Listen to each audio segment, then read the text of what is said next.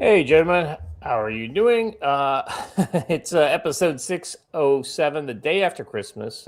China ups the ante and Nigerian strikes. If you didn't hear, we blew up some goat pens or something. I don't know. We're hitting ISIS, guys. That's where they hang out at night, right? Goat A pens. couple of mud huts. Joe, welcome everybody. Happy Boxing Day. Like I used to be considered myself a bit of an Anglophile, but just considering the direction the UK's gone, I'm embarrassed to even like go there. It's a hard call these days, huh?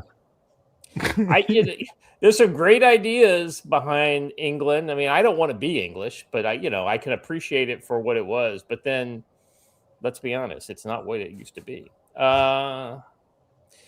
Gentlemen, how you guys doing? One Boxing Day is the only day Santa takes off all year. So That's right. Joe, how did Christmas treat you? Christmas went pretty well. We had a good time. It's just us. There was no traveling or anything like that, unlike it used to be when I was in Michigan. You spent the whole day stressed out traveling around everybody, but it was nice and relaxing. Watched a bunch of silly Christmas movies, including one I had never seen. I don't know if y'all have ever seen this, but if you want a dark Christmas movie, Fat Man with Mel Gibson is pretty legit. There's gunfire, there's combat, there's blood. It's a great film. Great film. Very Christmassy. It has a different take on Santa than everyone else. So pretty good stuff. Well, Joe. I mean, I definitely believe the idea that if Die Hard is a Christmas movie, then so is Lethal Weapon. I mean, come on. Lethal Weapon's opening theme is Jingle Bell Rock, and that's right. That's right. They sell a Christmas tree. It's practically a Hallmark movie. So, I compared to like some of the modern affair, yes, it's pretty tame by comparison. Yeah. I'm also proud of the CFC chat for knowing exactly when to tell me. Oh no, it wasn't in the CFC chat. It was in the in our L detachment chat. Hawkeye pointed out to me exactly when Santa was in Djibouti. It was very nice. Nice. Very good. Alpha Charlie concepts here in the chat, I guess. Good times. Watcher, how was your Christmas? It was good. It was good. It was restful. I think maybe we caught something at the family Christmas party because we did Christmas presents with the kids, and then wife and I said, "Oh, we're gonna go lay down for a quick nap, kids. We'll see you in a bit." And then we woke up after the sun had gone down, so that was a little bit crazy. But yeah. So what did the kids do while you were doing this? The fact that Surprisingly, the house didn't not burn much. down. No, I think so. They were mostly sick too. So they played some video games and actually were like the best they've ever been in quite a long time, which lets you know they're definitely sick. Well, they're also growing up, and it's that's one of the things that happens. You see, I feel you, Watcher, because I spent over an hour trying to figure out a way to watch Christmas Vacation on the TV without going and digging out a DVD, and then promptly fell asleep as soon as it started. Classic.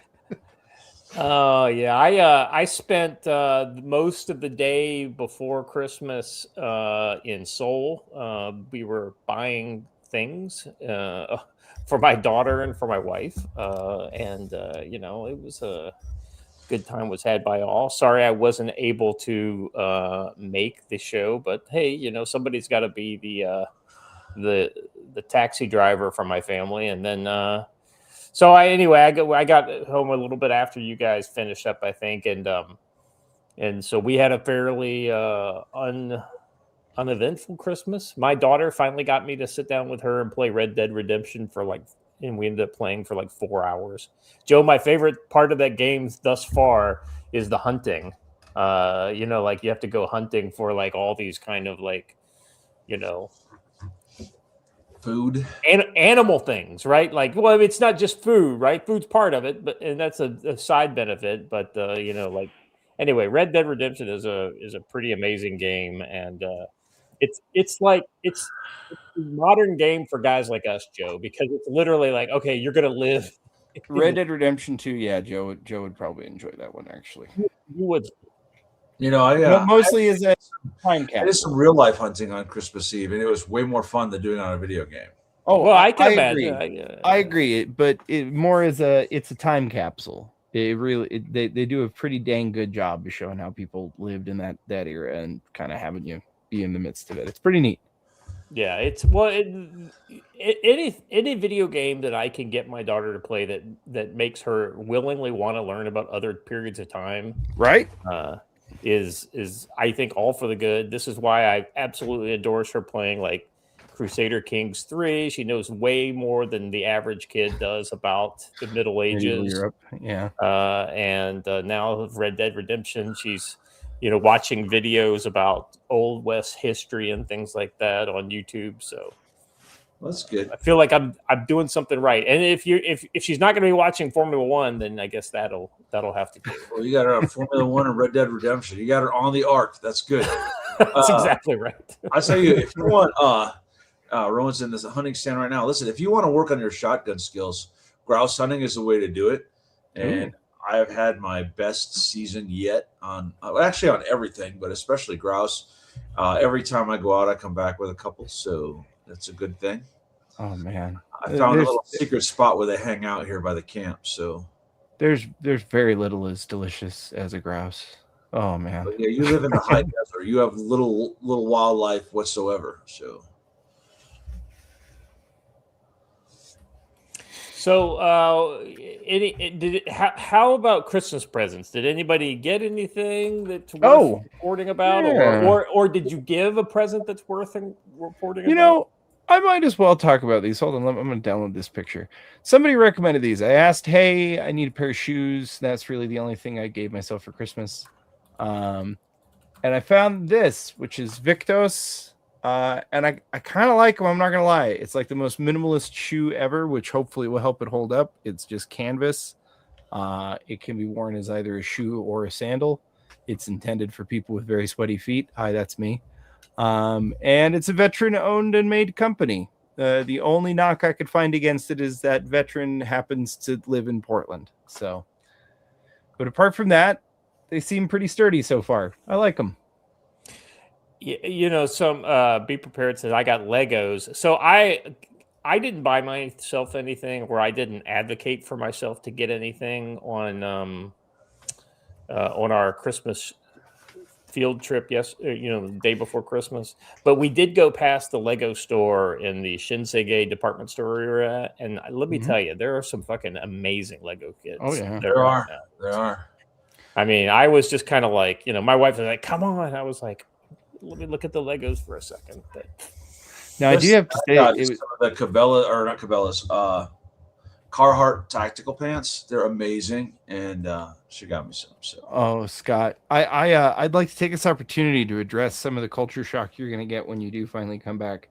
Yeah. Are you ready to hear what is the only item that I saw locked up? They've had to construct an entire security aisle in the toy section. Scott, can you guess what items are in that security aisle fully locked up? You have to ask an employee to get any single piece. I have no idea. Legos. Is it Legos? Wow, that's ridiculous. Be prepared. That's only if you let them know you have concealed carry gear. Just saying. Oh, he means the credit card. Never mind. I thought you meant I was like, I know you better than that, Chris. I doubt that's the case. Let's see. Oh, Hunch the Dirty Roofer. Is this his list of let's see, Geisley Mark 16 handguard, the Geisley trigger, DD fixed sight. I happen to know for a fact that's all stuff he bought for himself. He didn't get that. Well, I mean, Joe, that's giving yourself the permission to buy something is the present itself, Yeah, that's why she just gave me a Cabela's gift card. She's like, you know what you want from there better than I do. I'm like, that is correct. Thank you. So my gift is going to be a new phone, believe it or not. And but we originally were going to buy me a phone on the day before Christmas, but the guy basically said, "Listen, we that color you would have to come back in a week." And I said, "Well, what about any color in this phone?" He said, "Well, if you want any color, we actually don't have any of this phone in stock right now. You would have to go to a different store in town. And I've just called there and they have 4 available, blah, blah, blah." And I'm like, okay. And then he's like, but then again, the new phone is coming out in February. So if you just wait till February. And then my wife's like, why don't you just wait till February? I was like, all right, I don't care. And it's, Well, there you go. Yeah. But you got to look at this. I want you guys to see what I'm dealing with here on my phone. Can you guys see this? You see these fucking green lines on my phone? Yeah, your digitizer's dying. Yeah, fucking sucks, man. So yeah, Matt has the same thing. Y'all got to stop dropping your phones.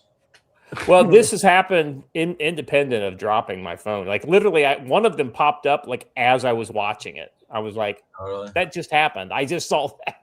Yeah, that's a classic thing for digitizers going bad. That can be shock sensitive, though. Yes.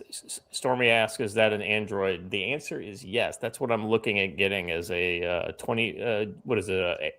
Well, I guess it'll be the new one will be a 26 plus will be what I get. Yeah, I was gonna say be prepared's got my answer there. Oh, I've been leaning away from OtterBox and going to Spigen. They're a little tougher in my opinion. If you can wait until you return to the US, buying a phone from K is worth it because it costs the same, and your phone is just 1,000 times more secure. So,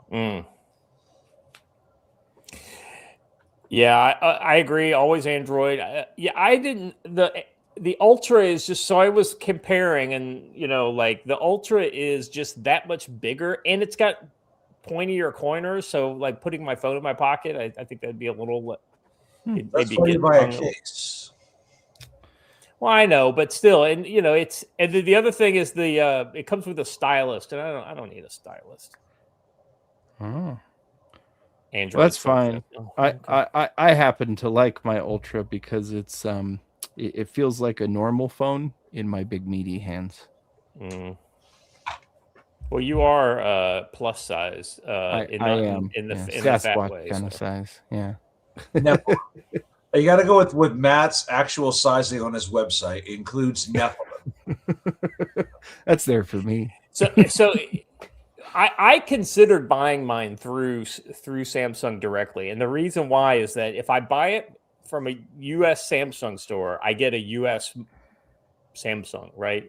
If I get it here, I'm getting a Korean Samsung. Now, I can take the Korean one back to the States and put a new chip in it or whatever. But there's certain okay. So here's an example. The camera sound that phones used to make. They make a different sound there. Well, in Korea, you can't turn it off. Right. And same thing for video. Bing, it makes a little noise when you. And the reason why is because of all the upskirt stuff that people were doing here in Korea, and that was like a legitimate thing. And so they changed the law. So if you have a Korean phone, you can't turn that sound off. All right, guys, let's jump into. We got several. We have the makings of a long show today, gentlemen. So I hope you guys are ready. We've got 6 odds and ends, so bear with us. But they're all worth talking about. Russia reports slow but steady progress in Ukraine peace talks, accused Europe of undermining effort. Oh, shocking! Say it isn't so. I can't believe this. Let's see. If I log in with my Google account, can I continue reading the article? You don't have to log into yours there, do you? Oh, maybe there we go. I have to log into the Epic Times with my Google account. Go figure.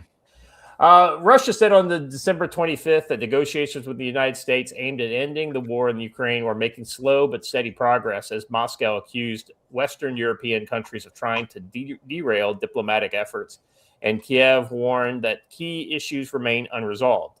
Russian Foreign Ministry spokesperson Maria Zakharova told reporters in Moscow that talks with Washington on a possible settlement between the Russian and Ukraine's were advancing, albeit gradually, and urged the United States to resist what she described as a disruptive actions by European allies.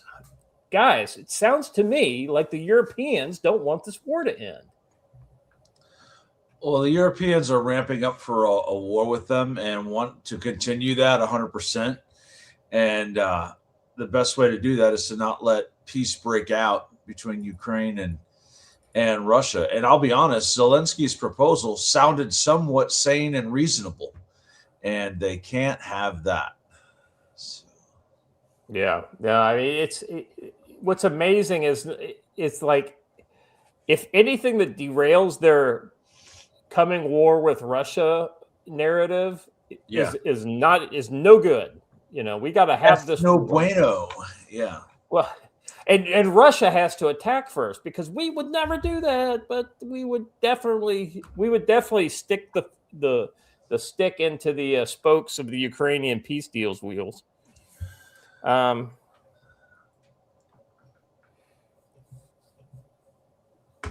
So, yeah, I mean, Joe, let me ask you a question here.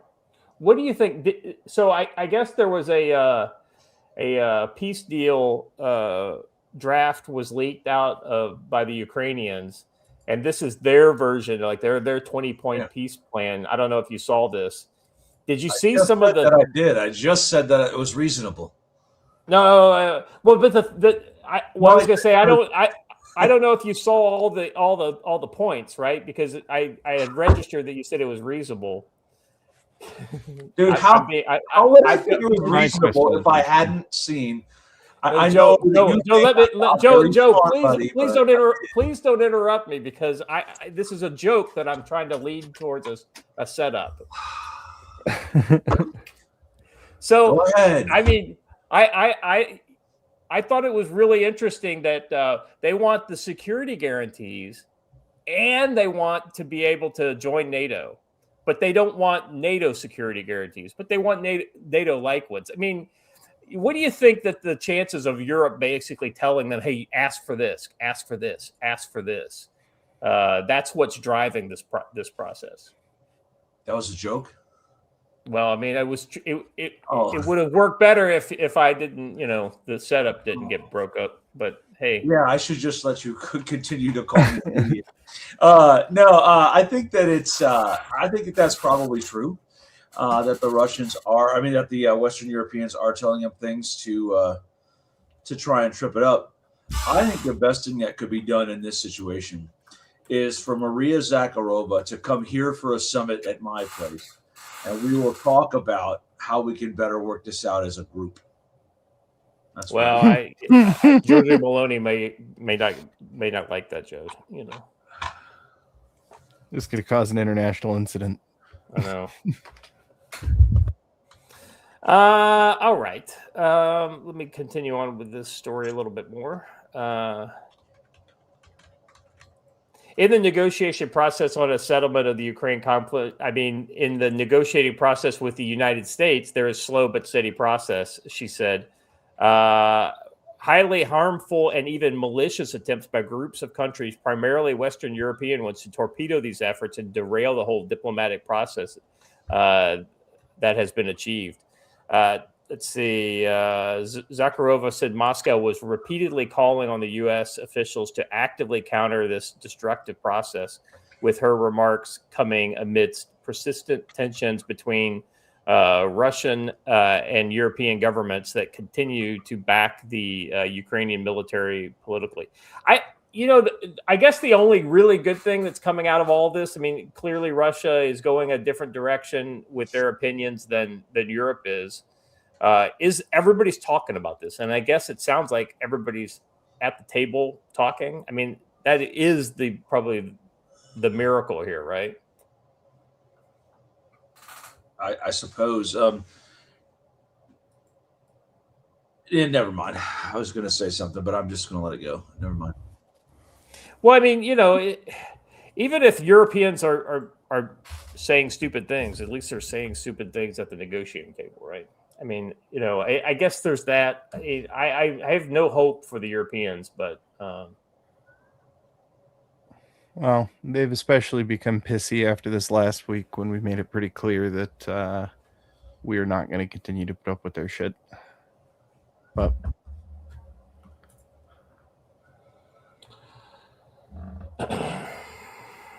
all right. I don't know. It feels weird. It feels like Europe needs the war to continue. It feels like they're going to do everything in their power to make it continue as well. And well, what's really awkward. For me, the interesting thing about Europe is that they've decided to go hard in the paint with all this military break. The military. Oh yeah, we're gonna suddenly build up. Yeah. So what happens to this buildup if the Russians basically say, okay, and the war's over, we're good. We're gonna ratchet things down. We'll make sure there's guarantees to where nobody thinks we're gonna attack them. I mean, what does that do to the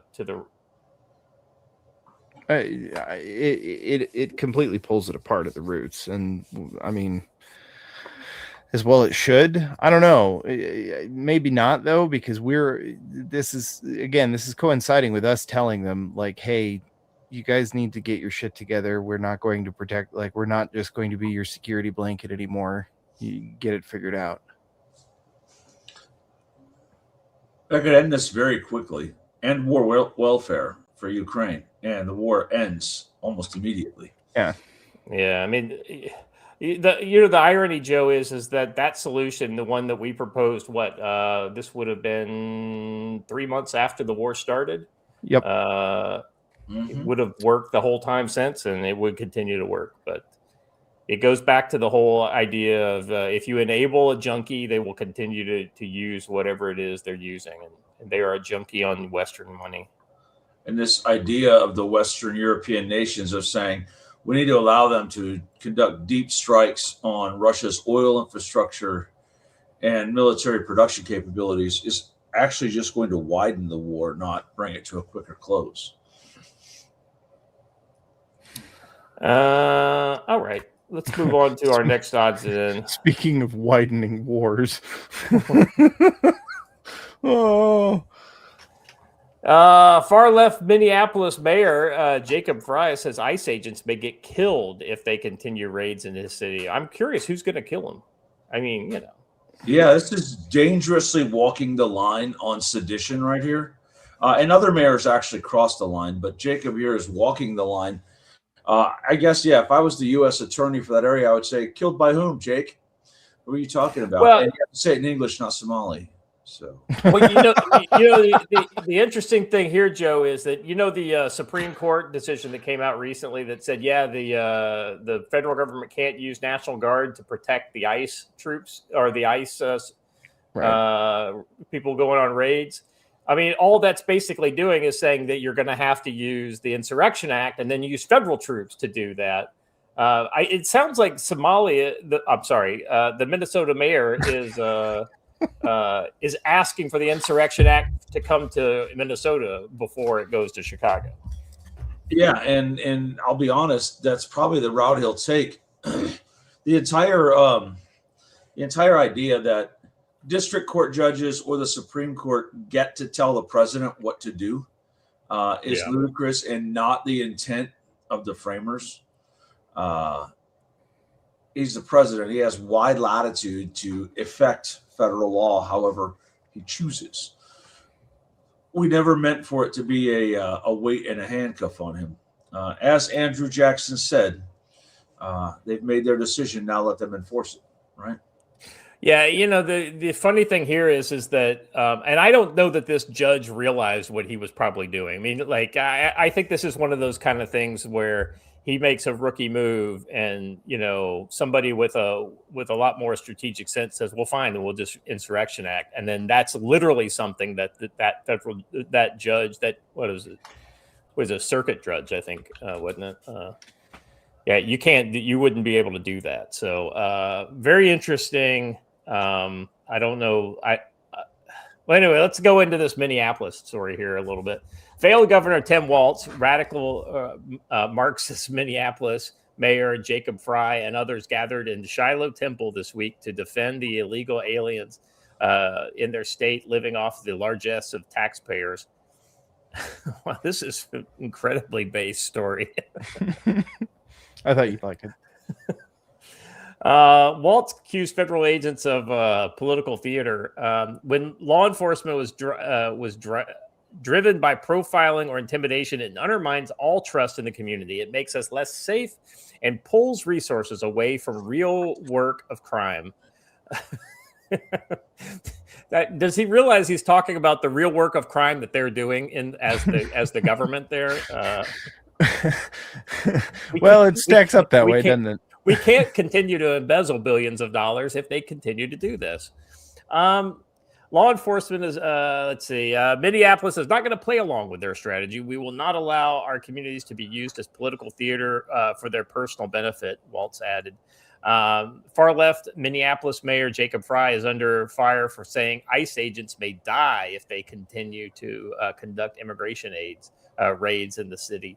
I am increasingly concerned because of the chaos that is being caused by these ICE agents, that somebody is going to get seriously injured or killed. Somebody is going to get seriously injured or killed, and whether that is an ICE agent or a community member, we all know the tinderbox that could explode because of it. So hold on. Creating chaos by simply enforcing the law as written. Here's the thing to all of these leftist representatives and senators that are upset about it. Change the law. It's literally within your power. But you can't interfere with them enforcing the laws as written. Just the way that it is.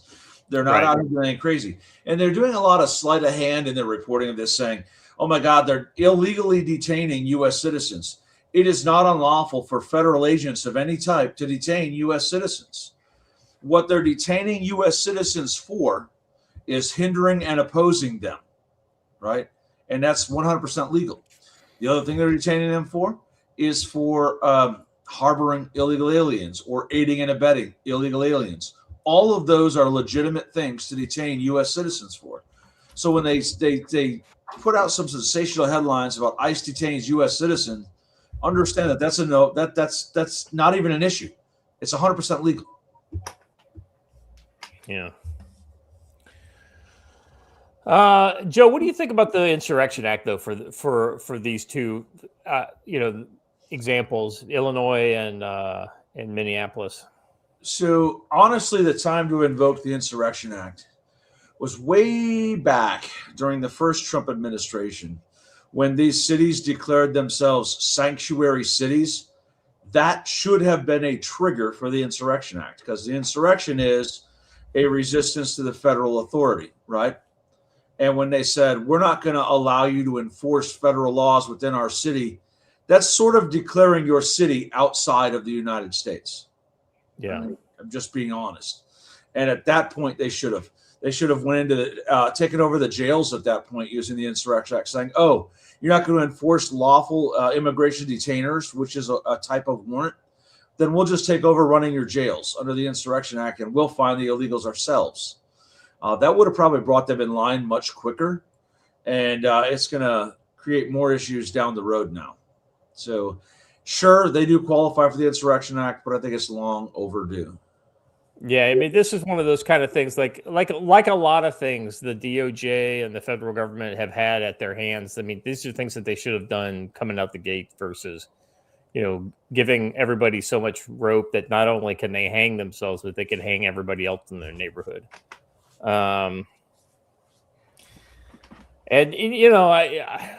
I don't know if Pam Bondi, if it's up to Pam Bondi, she sure as hell won't recommend using the Insurrection Act.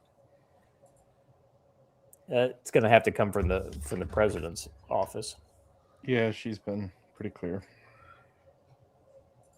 All right, let's move on to this next one. So this is a post from General Mike Flynn, and this is just I think this is a great kind of example of of the status quo ante in so many places. So I'm going to read the researcher post here first, and then we'll read General Flynn's response.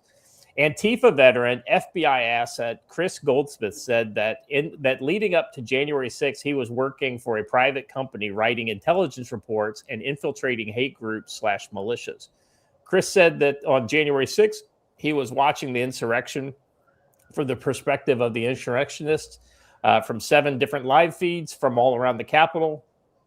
How did he have access to live feeds? Why was he watching them? Who was he watching them on behalf of?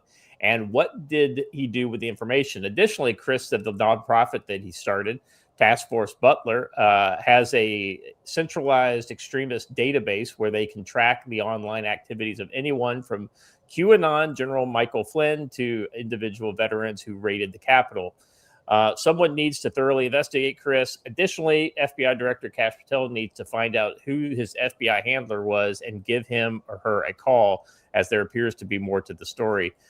Based on the things that Chris says, it appears to be part of Malcolm Nance's operation. And so in response to this, General Flynn basically says, my positivity just ended. I'm sick and tired of these Marxist snakes hiding behind democracy to hunt patriots in silent dissent. Chris Goldsmith, Antifa vet and admitted FBI asset, brags about infiltrating militias pre-January 6th and then watching the insurrection via 7 live feeds inside and around the Capitol. How did he get those feeds? Who's he spying for? What did he do with the intel? Now he runs Task Force Butler, a nonprofit with a massive extremism database tracking yours truly and others. Sounds like stalking. Enough is enough. Why hasn't Goldsmith been investigated fully and without mercy? And then he calls on Kash Patel and Susie Wiles and POTUS to kind of check all this stuff out. We need to go ahead. Nope. No. I was just finishing up. It says we need to track down the FBI handler, demand answers. Who was running him? What orders was he given? And then he ends up with have a nice rest of your Christmas day. Go ahead, Joe. I don't remember who it was who tweeted it over the weekend. I think it was Jesse Kelly, but it was somebody else who goes, I don't know who needs to hear this, but the FBI is just going to continue to do whatever it wants to whomever it wants and doesn't care who's in charge. And that is the truth. The FBI is going to continue to operate however it wants to and enable these former informants to continue to be informants and do whatever they want and come down heavy on your side. And I make this point a lot. Different rule of law is way worse than without rule of law, because then we're tempted to not defend ourselves or not take action because we're afraid of what's going to happen to us. And that's wrong, and it needs to end. Yeah, I mean, whether it's afraid from on a personal kind of level or whether it's afraid from a legal standpoint, I mean, there's a lot of different kind of imaginary threats or sometimes real threats that are out there. Joe, I know a lot of people who don't want to get involved because, it's like these ICE agents, right? They get doxxed if they don't cover their face, right? They're willing to go out there and do that job as long as they have some ability to protect their identity. By the way, we pointed out that if the ICE doxing and the ICE harassment, this following of ICE vehicles is not lawful, by the way, it's completely illegal. Right. But we said if that continues to happen, someone's going to get shot. And lo and behold, what happened over the weekend? Someone got shot by ICE. Yeah. And it was literally for exactly what you just said. It was basically stalking and following these people around. And by the way, it turns out that both people involved that were harmed in the shooting incident were illegal aliens who had been here for multiple years. So, yeah. And every time they say also, the other fallacy they say is these people are being removed without ever having been convicted of a crime. Part of the punishment, part of the process for being picked up for 8 United States Code 1325, which is illegal entry or remaining in the U.S., is they give you a choice: be prosecuted or be deported on your own. And if you select being deported on your own, it's not a criminal process, it's civil. If you choose, no, I want to go to court, then it becomes criminal. They don't have to be convicted to be removed from the United States. They did commit the crime, though, And that's the fallacy that the Democrats are hiding. They are criminals. They just haven't been convicted yet. Yeah. And that's it's it's kind of like this January 2020. I mean, the January 6th, 2020. It's like the 2020 election, right? You can't do anything about the election in the past, but as this stuff becomes uncovered, there's the people that are doing it, right? There are the people. Once you get this evidence that somebody, was part of voter fraud, then you prosecute. I mean, it's that easy. It's not hard to do this. Yeah. Yep. And it's shocking, Joe, to me that the FBI, Justice Department, I don't know exactly where it happens, but for whatever reason, federal law enforcement is unwilling to prosecute these people. Absolutely. When they said, listen, you lack standing before the election to complain about this. And then after the election, when you say, okay, well, now I have standing, they go, oh, well, you should have complained before the election. I did. That's right. You told me I had no standing. Trust me, I've screwed in a courtroom or two related to this. So, yeah. All right, let's move on. The next one is a post from Clash Report. Joe, we've talked about these border clashes. What is it? Anwar Pradesh, I think I can't remember exactly the At the name. top of the world. Yes, in the Himalayas, along the basically the China/Tibet border, that area. India has massively upgraded its roads, tunnels, airstrips, and bases along this corridor. So we've got a little bit of a map here. So this is basically segments here. So I know we do like a good map. So this is basically a diagram. This is less of a map and more of a diagram, right? Of the tunnel that's being used, and it's basically going from. It's a 9-kilometer long tunnel, which, if you can believe that.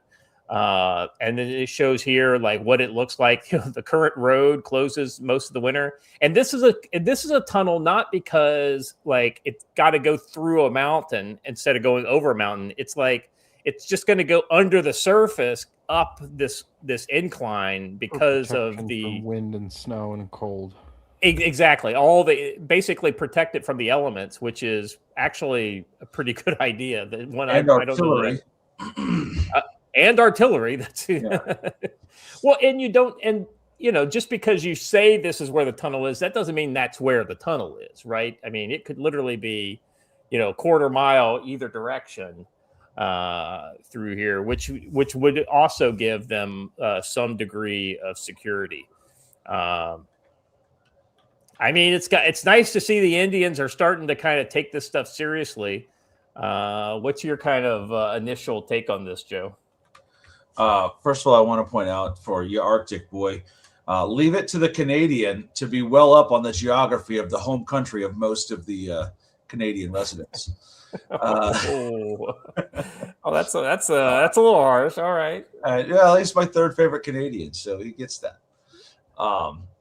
Anyway, I think that this is a wise choice for them. One, for the weather conditions, and two, because they're going to show up this map. That doesn't necessarily mean that's actually where the road's going to go. So if trying to plan a deep strike over there on that curve that goes out, but it actually doesn't curve that way, it's actually going to help them. I think this is a great way to move military traffic. You're just going to have a way to shut it off from non-military traffic. Although I'm fairly sure that there is not a whole lot of non-military traffic in this region of the world. Not the most hospitable and conducive environment for commerce up there. But I imagine these roads are shut down probably 6 to 8 months of the year. So this would help them immensely with that. Let's see. This is a different story that I'm reading, but this basically gives some more details. 2020 borders clash humiliated India. Now they're spending billions to make sure it never happens again. The Chinese and the Indian soldiers fought hand-to-hand at 14,000 feet with batons wrapped in barbed wire. Beijing could have rushed reinforcements in hours. India would have needed a week. Never again, New Delhi decided. India is now pouring hundreds of billions into roads, tunnels, and airstrips throughout the Himalayas. The Border Roads Organization budget jumped from 280 million in 2020 to 810 million today. Overall military spending is up 60% to 80 billion. The crown jewel is this tunnel we were just talking about, the $750 million tunnel, 9 miles carved into the mountains at 11,500 feet, allowing year-round supply to border outposts previously cut off by snow for 6 months. India has also built 30-plus helipads and opened a new airbase just 19 miles from China. So, yeah, I was going to point out that China has built probably 40 to 45 helipads and heliports all along this border to be able to move reinforcements along it much, much quicker.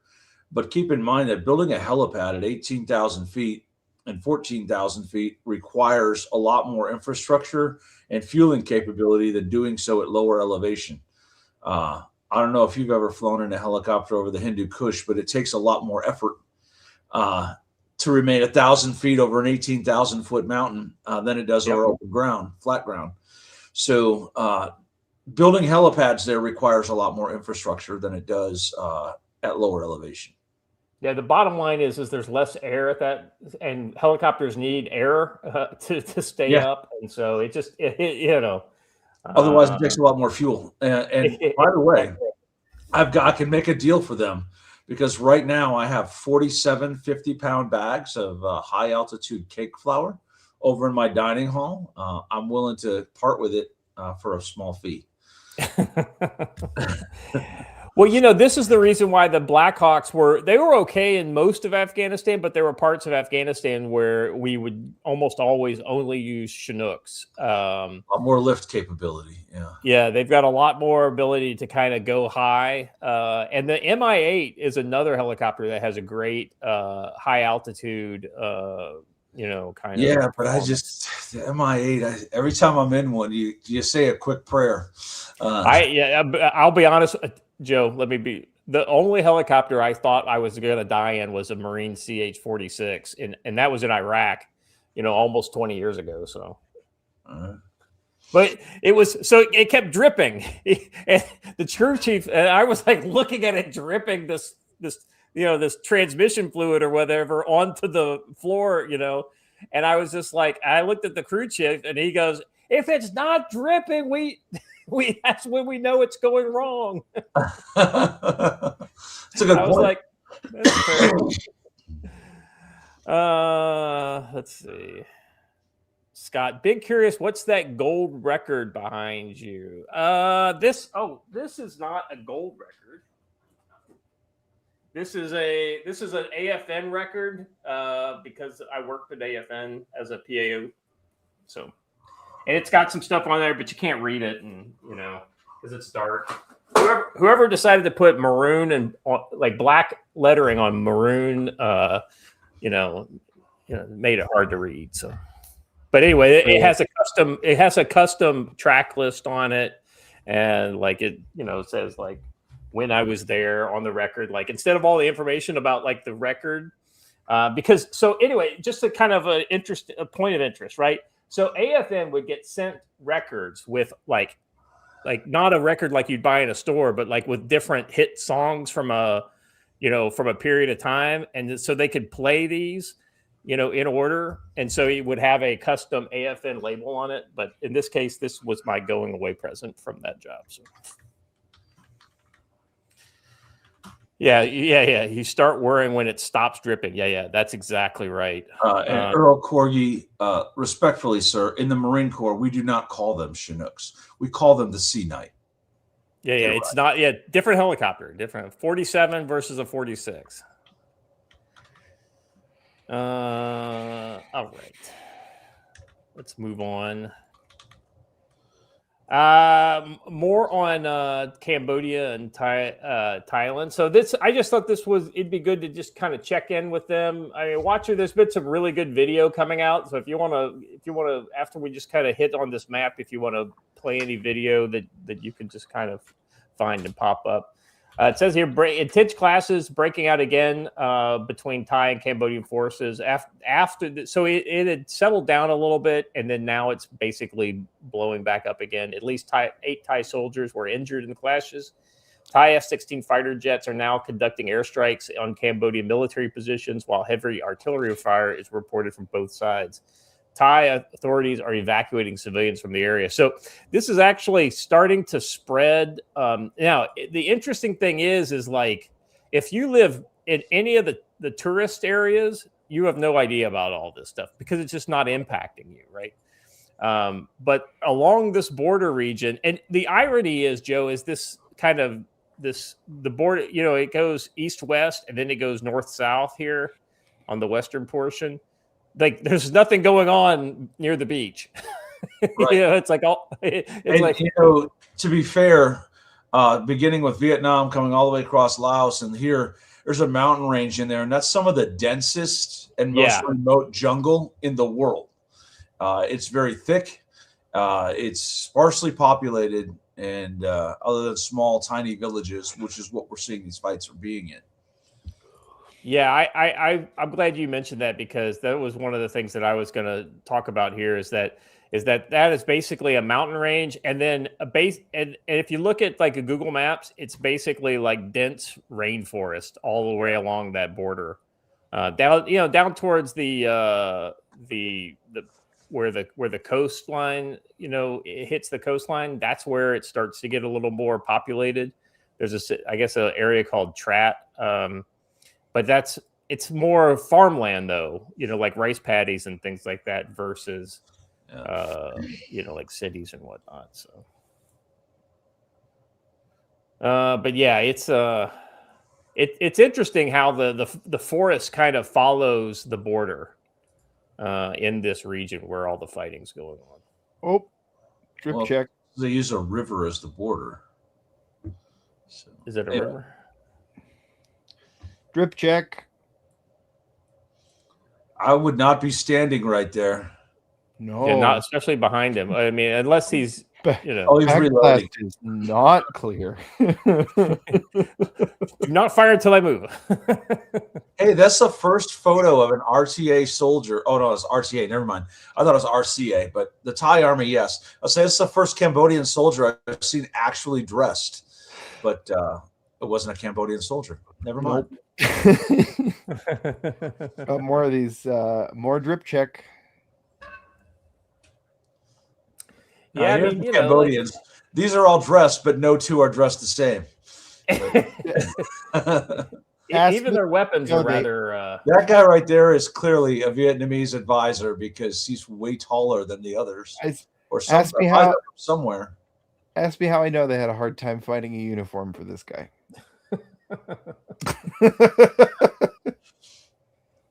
Maybe he's Chinese or something. I don't know, but he is not one of the local boys. Do the Vietnamese army do they provide like mama sans to the Cambodians for all this? I've been wanting to have mama sans. Like I heard of these mythical creatures called mama sans who would help you do everything. From the guys in Vietnam, and now we finally are having a war in that part of the world again. What's sad is there are a lot of cool cultural features like this there that are going to get damaged and destroyed, right? Yeah. I mean, this is the part that's kind of like, I mean, I don't know much about, my knowledge on Cambodian culture and Thai culture is pretty thin. But I'm kind of surprised that they would go after, religious sites and religious kind of. Well, that's what the whole thing's about, though. I know. I mean, it's kind of. I believe is Hindu. The other side is Buddhist, which are like cousins, but not really. Those two have never been known for having any problems with each other. Oh, India. Oh, hey guys, I'm gonna boost the views of our channel quite significantly. How so? We have an excuse to show a cute animal video. Oh no! Look at that. dog's like, "Hey man, it's a little loud around here." We should have that should have been our thumbnail. And I know. Royal Cambodian Army forces firing on Thai forces while a puppy is waiting beside him on the border. That's just hunting training. You know, he's training him not to be. It's like you know every time he fires because the dog literally is like, it's like, that is loud. That is loud. I don't like that. Yeah. All right. You know, we're going through these odds and ends pretty good here. Yeah, I figured we would. All right. So this last one, you know, this is, I think when I saw this, it was reshared by Sarah Adams. So kind of go figure, right? Transatlantic just recently discovered us because she started following me and then you and then the show apparently. So that's cool. Oh, that's cool. Yeah. Well, I mean, she's on the right track, you know. Like, I don't know that I believe. I don't know that I see eye to eye with everything that she said, but you know, I struggle to think of anything I really disagree with her about. But at the same time, yeah, I mean, there's way more that I have in common with her than against. And so, I want to start with you've got the first image up. I want to start with the last one, because this is the one for me that kind of, you know, Joe, this is the one that we've talked about. Well, there's that rat line we have mentioned repeatedly from Central South America, right up through Mexicali and into the U.S. Right, and it comes through. You know, it basically comes out of Afghanistan and the Middle East by way of, you know, Northern Africa. Yeah. And then give me a moment. Yeah. H. John Poole has pointed out that Sudan is the transshipping point. Either guys going north up into Syria and Iraq or going west into South America and up into the U.S. Yeah, I wish this image was a little higher resolution, but I mean, it's pretty easy to kind of understand. You know, I have one question before we move on to more serious things. What's going on in South Australia? Well, those are all inbound, right? You know, that's where the network is, right? And that's where we just had an attack. That's exactly right. A lot of people have a misconception about where Sydney is on the map. Well, no. It's not necessarily a concern about Sydney. I'm just wondering, like, Australia is not a big power player. I don't get why Australia is getting targeted like this. Easy. China. So China is behind a lot of Islamic terror and Islamic migration. It used to be Russia in the 70s and 80s. Now it is China. And China uses Islamic extremists to forward its goals in various parts of the world. China, just like Japan, always had some designs on Australia. If I want to destabilize somewhere, I insert my favorite people to cause destabilization. You know what? I wonder something. Let me grab another map image real quick. You notice one of those lights coming out of there comes right out of Cambodia and straight. You know, this is not a full world map, but I just spotted something very interesting, Joe. See, this is a map of China's Belt and Road expansion. Interesting, isn't it? It's almost a 1-for-1. So, I mean, somebody's finally putting the dots together, Joe. Look at that. I know I'm not smart, but I could figure that one out. All right. Let's see. Going back to this, you've got the kind of, you know, the other images. Go back to the first one. The Christmas Council of Future Conflict. I like it. Oh yeah. So, you know, you basically have got these different networks, right? You've got the Taliban, you got Al Qaeda, and you got the Haqqani network. Most people don't realize that the Haqqani network was lashed together with the Taliban, but then the Taliban also, you've got the TTP versus just the Afghan Taliban, and the Haqqani network has always worked on both sides of the border. But as the Afghan government got set up after we left, they basically got parts of Afghanistan or at least the government portfolio. And then Al Qaeda never went away either. And then what's this middle one here? Yeah. This is the Afghanistan Pakistan kind of rat lines and the way things move through Afghanistan. I think Afghanistan is less important than it used to be, but ultimately it's a safe haven for terror generation capability. I wouldn't be surprised if along the tribal areas in Pakistan where they border. I wouldn't be surprised, Joe, if we didn't see in the near future more inbound. Like there's only one flight that I see on the kind of going inbound to Afghanistan. I wouldn't be surprised if you didn't start seeing more training of terror personnel for the different. Yeah, because there is a lot of camps still in Afghanistan. So. Right. Just, essentially what they were doing back in the 90s when we decided to invade Afghanistan. I wouldn't be surprised if we didn't see that start to occur. I was reminded on Christmas Eve that it was Christmas Eve when Russia invaded Afghanistan in 1979. That's right. I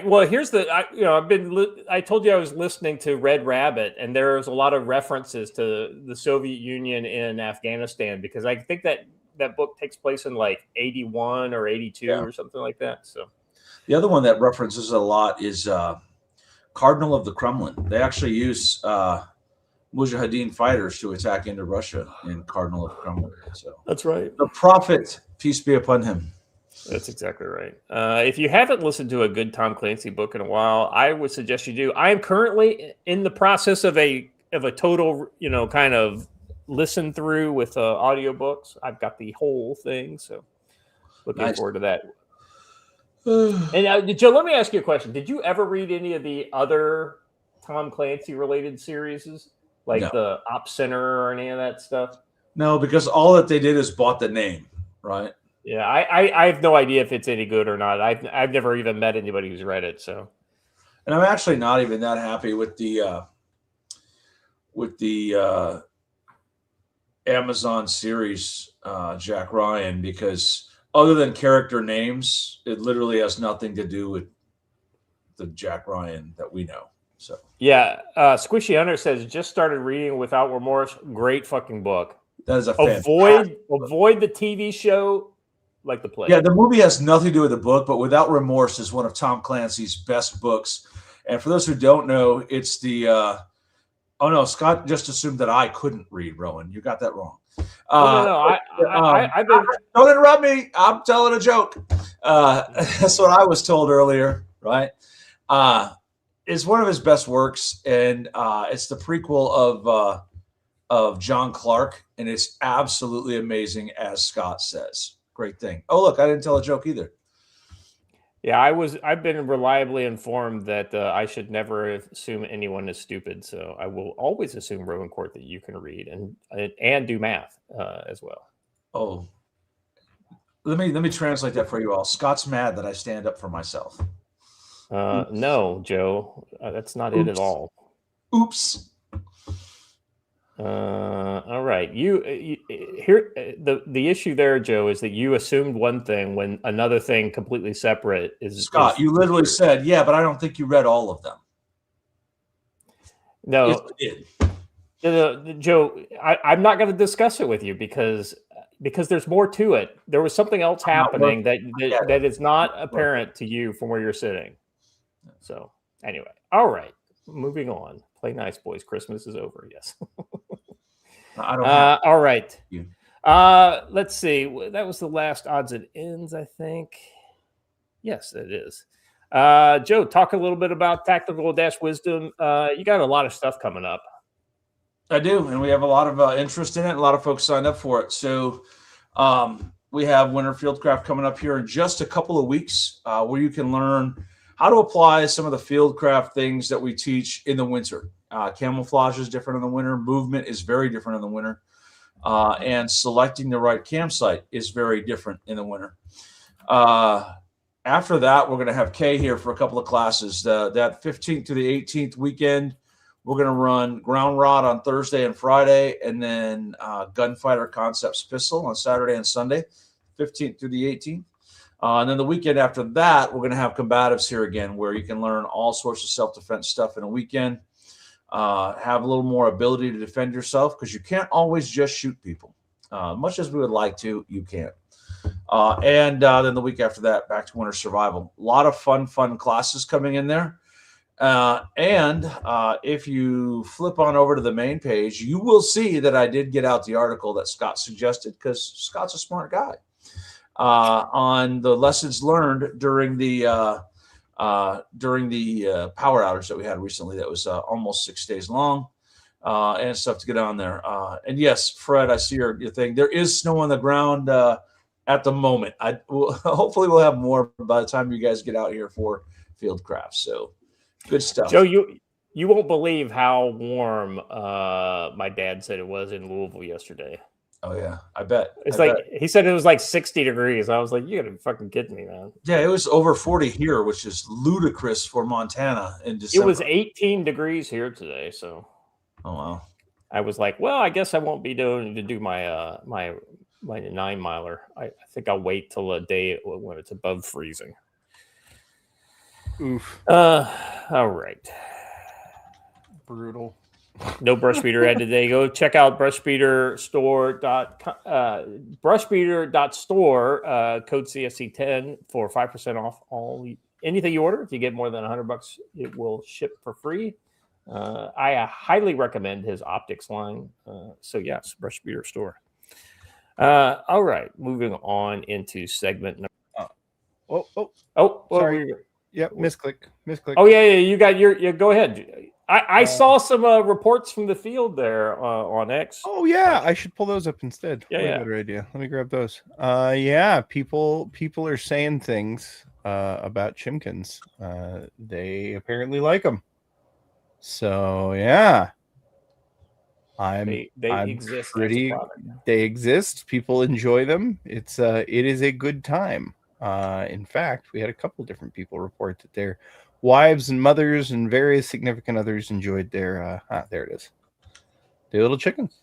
So yeah, good stuff. We appreciate you guys, and again, that's chirpingtreefarmstore.com.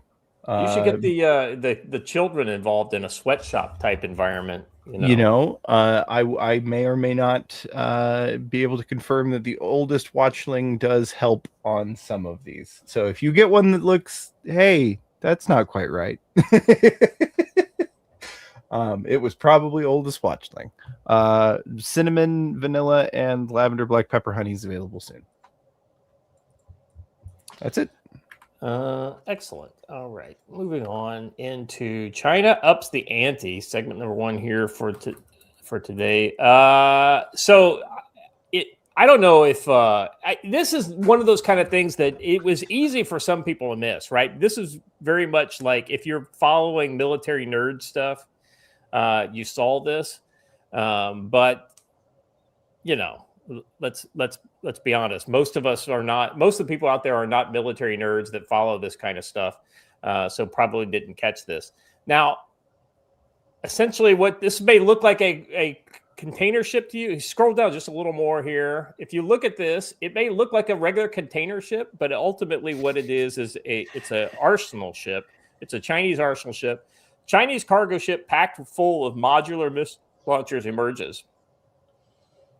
Let's see. Question from the chat. They are retractable. They look like regular containers until they open the tops. Right. The top opens, and then these silos go from horizontal to vertical. Right. Now, my question is it looks like those radar domes and all this other stuff is like more permanent, or that could potentially come up and out of the container shells as well. China's not beating the "there's no such thing as a Chinese private company" allegations anytime soon. Oh yeah, 100%. Now in my opinion, the advantage of having a ship that looks like this is that nobody knows that it's a military ship, right? But the problem is once you make this and you let people know that you've made it, Now all civilian ships will be treated as military ships, which means when a war kicks off, you're going to lose your entire civilian shipping fleet, and it will be fully justified. Yeah. So, but like he says here, the radar dome looks like it's over the edge of one of the containers, so it looks like it'd be mounted onto the container. Right. So my question here is That's that is it probably really a modular van of nothing but radar equipment, right? Yeah. But once we know they make these, then it's pretty easy to kind of say, oh, well, what's the signature? Like, because these will all generally probably look about the same if they have multiples of them. I mean, this is probably the first one, but who knows, right?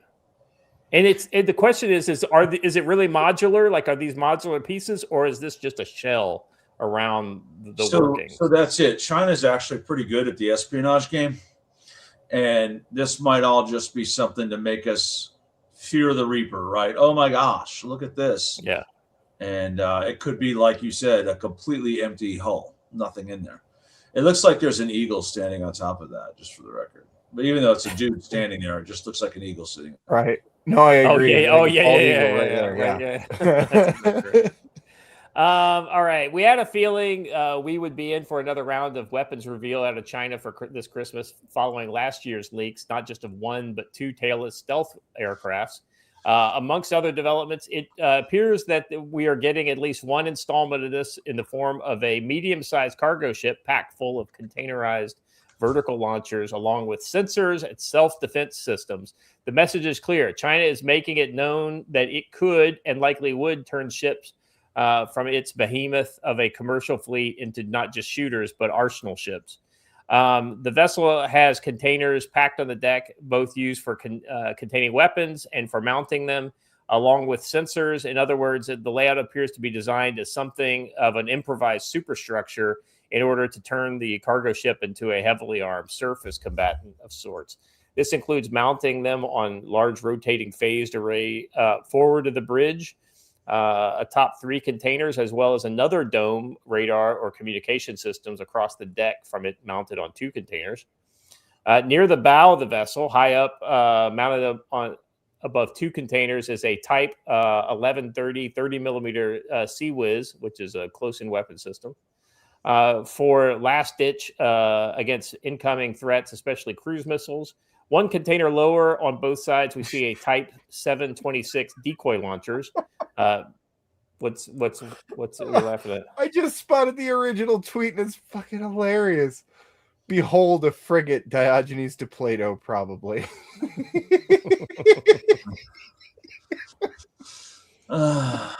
Anyway, likely required because the expanded, the cylindrical pods appear to be emergency life rafts, likely because of the expanded crew size to make a concept like this work. Then we get to the real eyebrow raiser, a deck literally covered with containerized vertical launchers installed 5 wide and 3 deep, each packing 4 large launch tubes. This arrangement gives us a vessel a whopping 60 vertical launch cells. This is 2/3 the VLS capacity of an Arleigh Burke Flight 1 or 2 destroyer. Due to the large radar installation, it appears that the ship's mission is something of a picket ship rather than just an arsenal ship, providing air defense. But that doesn't mean its containerized launchers wouldn't pack other weapons.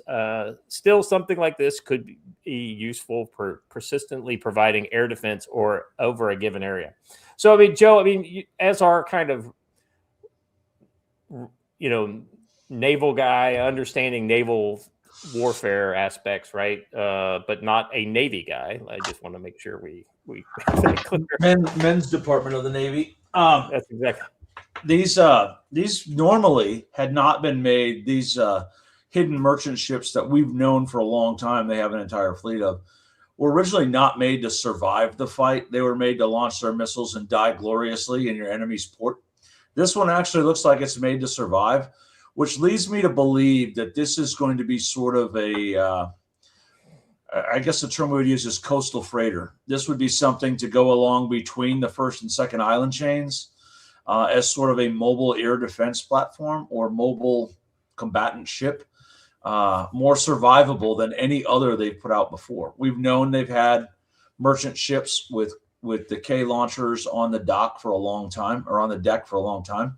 This is the first one that seems to be fully outfitted for fighting. Don't know if it's real or not. Scott is 100% right. This could very well just be some sort of a mock-up.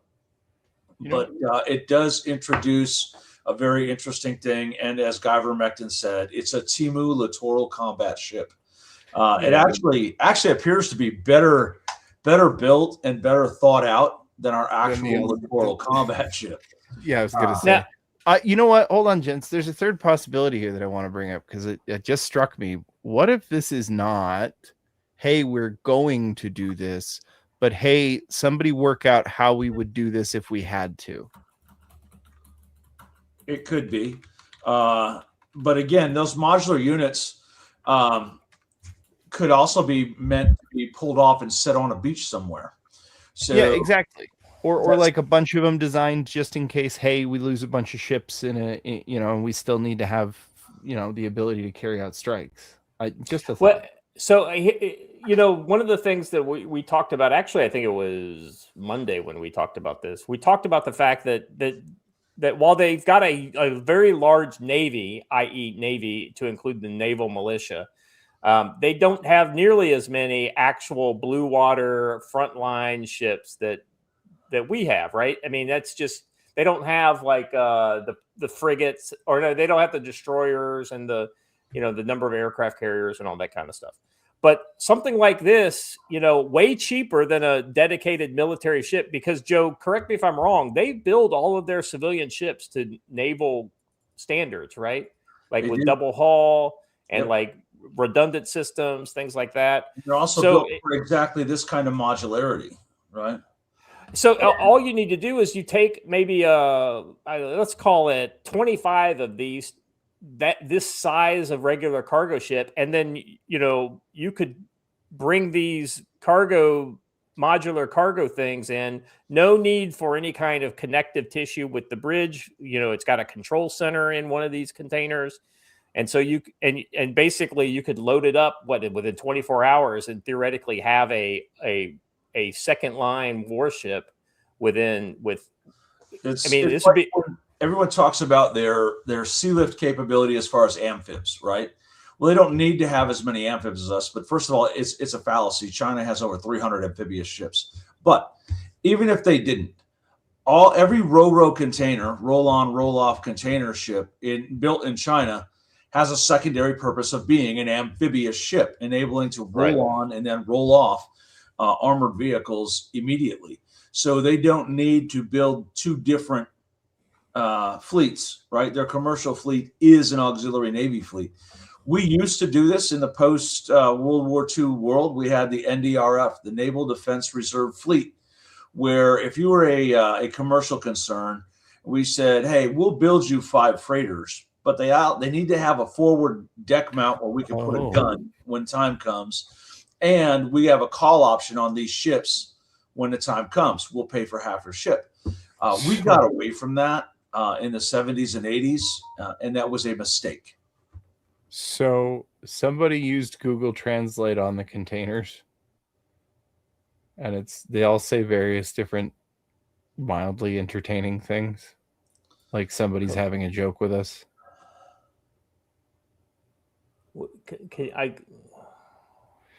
Chinese National Ocean and Human Disease Relief and Relocation Community Plan. Chinese National Maritime Rejuvenation and Human Ocean Transport Community Plan. China's Hemp Ocean Park Human Coastal Corridor Community Project. Okay, so like none of them even say the same thing. Yeah. Oh, hold on. Somebody has an actual good translation here. The plan for the maritime rejuvenation of the Chinese nation and the maritime community with a shared future for mankind. Yeah, we're gonna share some missile with mankind.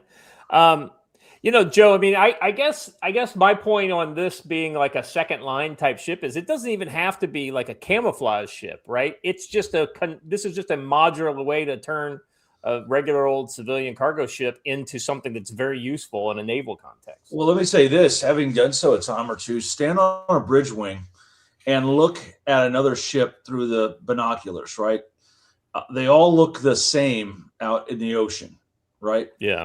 And it's kind of hard to tell what each bump is from that distance. So you need to send helicopters close. You send a helicopter close to this one, that's going to be a mistake because the helicopter is probably going to get shot down.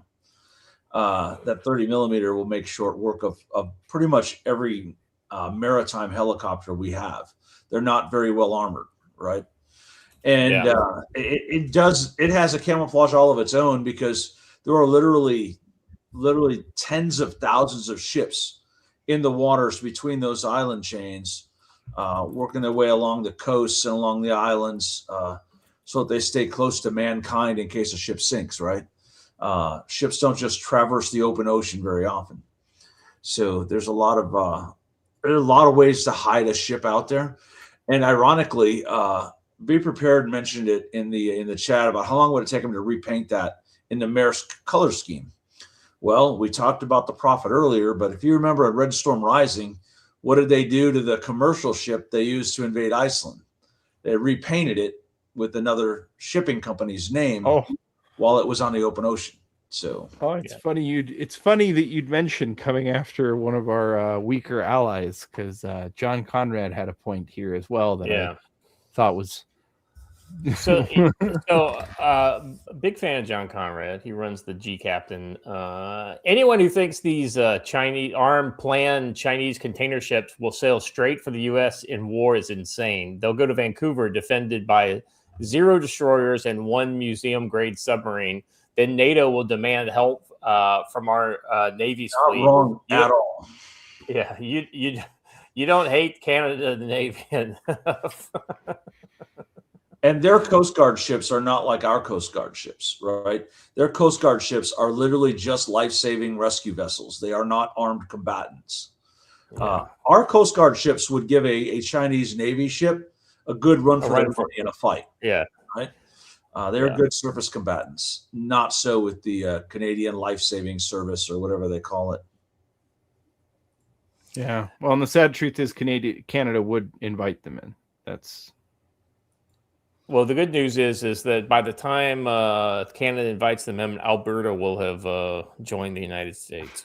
There's been some interesting news this weekend, hasn't there? Well, I mean, let's be honest. The last couple months has been very interesting on that topic. I mean, Joe, you're closer to Alberta than any of us. I mean, I bet you guys hear about it all the time. Yeah, I will tell you that when we go into Kalispell, over half the license plates are Alberta or British Columbia. Because the people there are sick of paying the high prices for everything there. They talk about inflation here, but inflation in Canada is way worse. And people do their grocery shopping at Walmart in Kalispell and then drive back to Canada. And it's not uncommon. So now I know this is off topic, but why not? What do you guys think is best? Alberta becomes a state. Alberta becomes free association / territory, or Alberta becomes Northern Montana? Alberta becomes Northern Montana. I like that the best. It gives us a kind of a horn that sticks up out of the United States there, and ultimately it doesn't like rejigger the whole Senate question, right? That's the biggest problem. Like as much as I love our brothers and sisters up in Alberta, I just don't trust them. To vote. The Grand Duchy of Montana and Alberta does have a certain sound to it. So that's exactly right. Jay Bjornson, I see you in the chat. By the way, there's a sizable contingent of your fellow Albertans coming to the Winter Fieldcraft class. So maybe it's a good time for you to come on down too. I don't mind training the resistance in Alberta. I don't mind it at all. You guys can't be North Montana. You just have to become part of Montana. Like the hat, Montana's hat. That's what you guys become.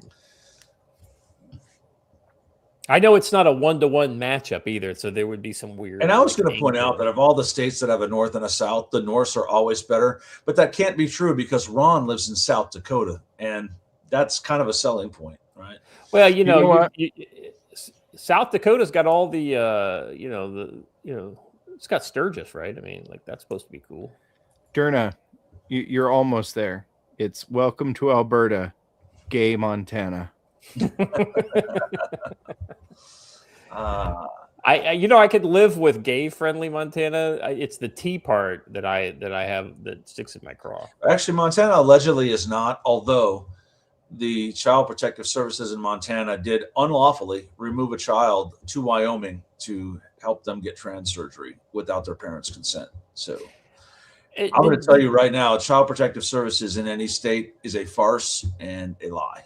So did you guys hear that one of the senators, I can't remember his name, from it's not Montana, either Wyoming or maybe, I think it's Wyoming.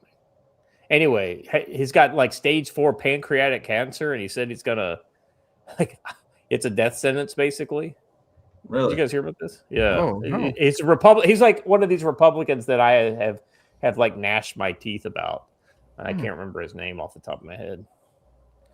I'm sure somebody in the chat will know who he is. Look, I think we should possibly allow one of these Canadian provinces to come in, but the whole deal is that they're gonna have to either be called Northeast Dakota or West Carolina. That's the rules. Oh, that's not bad. That's not bad. Not Crenshaw. No, he's Crenshaw's not from Wyoming, so. and he's also not somebody that I've seen eye to eye on quite some time. I mean, he literally seems to go the wrong way on almost everything. Ben Sass, yeah. Ooh, I will also accept cold Louisiana, Derna. That's not a bad one. yeah. The correct answer is Ben Sass. Cold Louisiana is actually Quebec. So the only other place they speak French. Oh, you know what? Fair.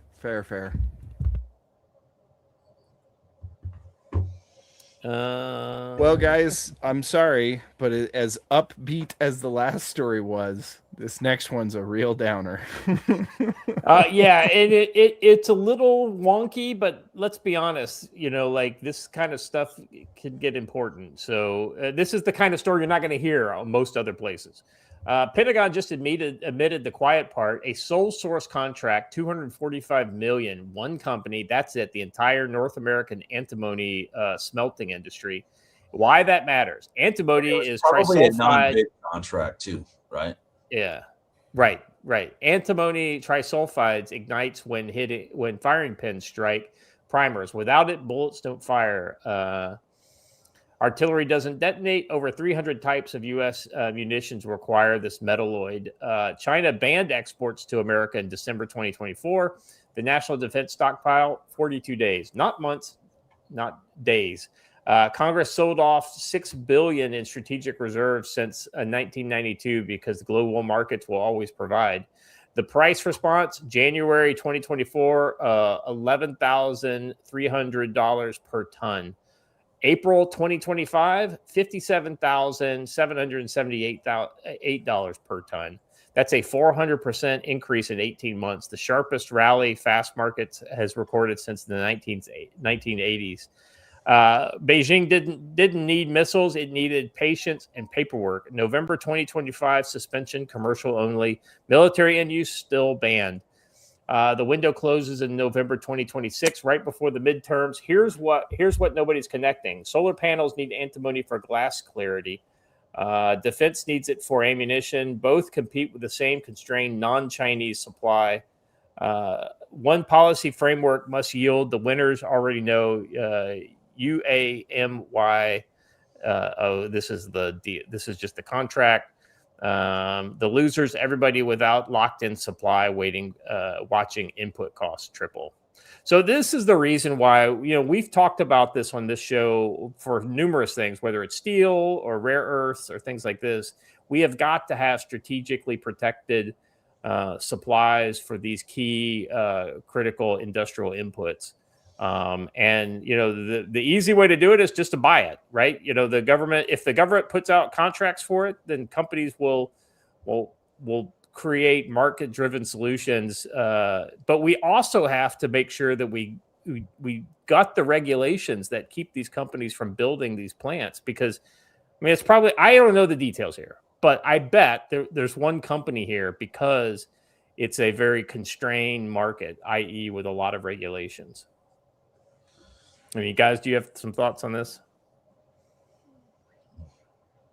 No. I just Watcher? it's typical of the military industrial complex. So Yeah. Well, yeah. I have a couple of interesting thoughts, but we've screwed ourselves right into this bottleneck. We have absolutely no way out of it. This isn't something, as far as I know, this is not one of those things where we're just sitting on a bunch of it that we can just repeal some environmental laws and go at it whole hog. This is something that we don't have other sources for. There are other sources in other countries that we could try and help start to develop, but all that's a long way out. And as we've been talking about, these time horizons are collapsing. So if you want to think about us not having the ability to produce any ammunition, so I think probably what this is going to signal, weirdly, is I think this is going to be what sparks a massive move in the military over to electronic primers, honestly, because they don't require the same type of chemical mixture. Yeah, and there are other, like, what is it, mercury fulminate and a bunch of other stuff. Yeah, like, there are other types of primers that were used in the past, and so yeah, it would be interesting to see what happens here. And a lot of times, constrained environments, what kind of get engineers working, like what Watcher suggested with the like an electric primers. They've already been proven out. It's just nobody wanted to switch over because they didn't offer any advantages to the other. Like they offer a few advantages, but not enough to switch over, right? But if you literally can't find your contact sensitive explosives, then it is what it is. Yeah. All right. And that is another kind of angle in the China. China keeps talking about, with Xi said that we need to be able to take over Taiwan in 2027. Joe, I protest that prediction by Xi because it didn't align with ours. I thought for sure that they would go before Biden left. I'm glad they didn't, but I thought for sure that we would have had some significant uptick in conflict before Trump came into office. But we'll see. If I'm okay pushing war off into the future as long as it continues to go into the future. Speaking of guys who are causing the war to continuously move into the future, hopefully. You want to go into the Palmer Lucky stuff here? Yeah. Oh, is that not what we had? I thought that's what we had. Somebody raises a question in the chat about the AAC ammo shutdown. That's Palmetto ammo thing. Let me point out that the ammo shutdowns all over the country are due to an invocation of the Defense Production Act. And the U.S. government seizing a lot of the precursor chemicals in anticipation of supplying Ukraine and other partners, given the uptick in global conflict. It's also the same reason why Zastava firearms are no longer being exported, because the Serbians are like, maybe we should keep some guns for ourselves. So, yes, there's about to be a shortage of ammo. Yes, it's entirely due to the United States government invoking the Defense Production Act. That is fair. All right, so let's do this one, and then we'll go on to the Andril stuff. All right.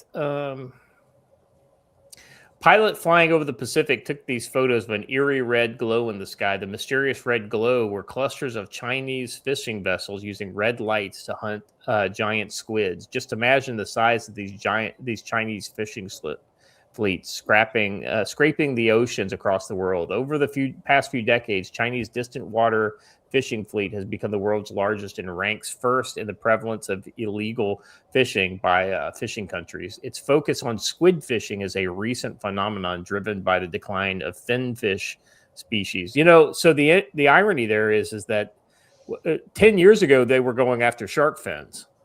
Yeah.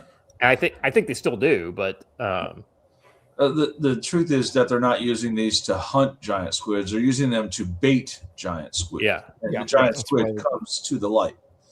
So, Yeah. yeah, and these aren't just small ships. These fleets have like motherships that. And if you scroll down, Watcher, you can actually see what some of these ships look like, and like here's the lights mounted on them. These are quite large ships, as you could see.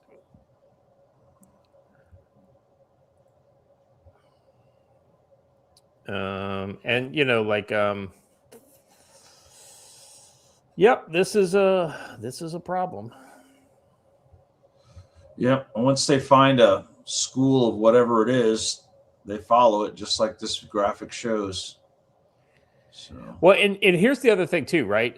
Like they're in open ocean, and this, they can't even if they could go closer to these countries, they wouldn't, because the continental shelf comes out. That's the whole kind of, so. well, and here's the thing: they're out in international waters, so they're beyond the actual territorial jurisdiction, but they're in the exclusive economic zone. The rest of the world is not the United States, so not everyone has a coast guard that is capable of getting out there and enforcing fishing laws in their 200-mile exclusive economic zone. So China knows this and picks the countries that are least capable of resisting them. Or like in the case of the Philippines, which is made up of over 10,000 islands, there's just such a vast area and so many spots that the Filipino Coast Guard can't be everywhere.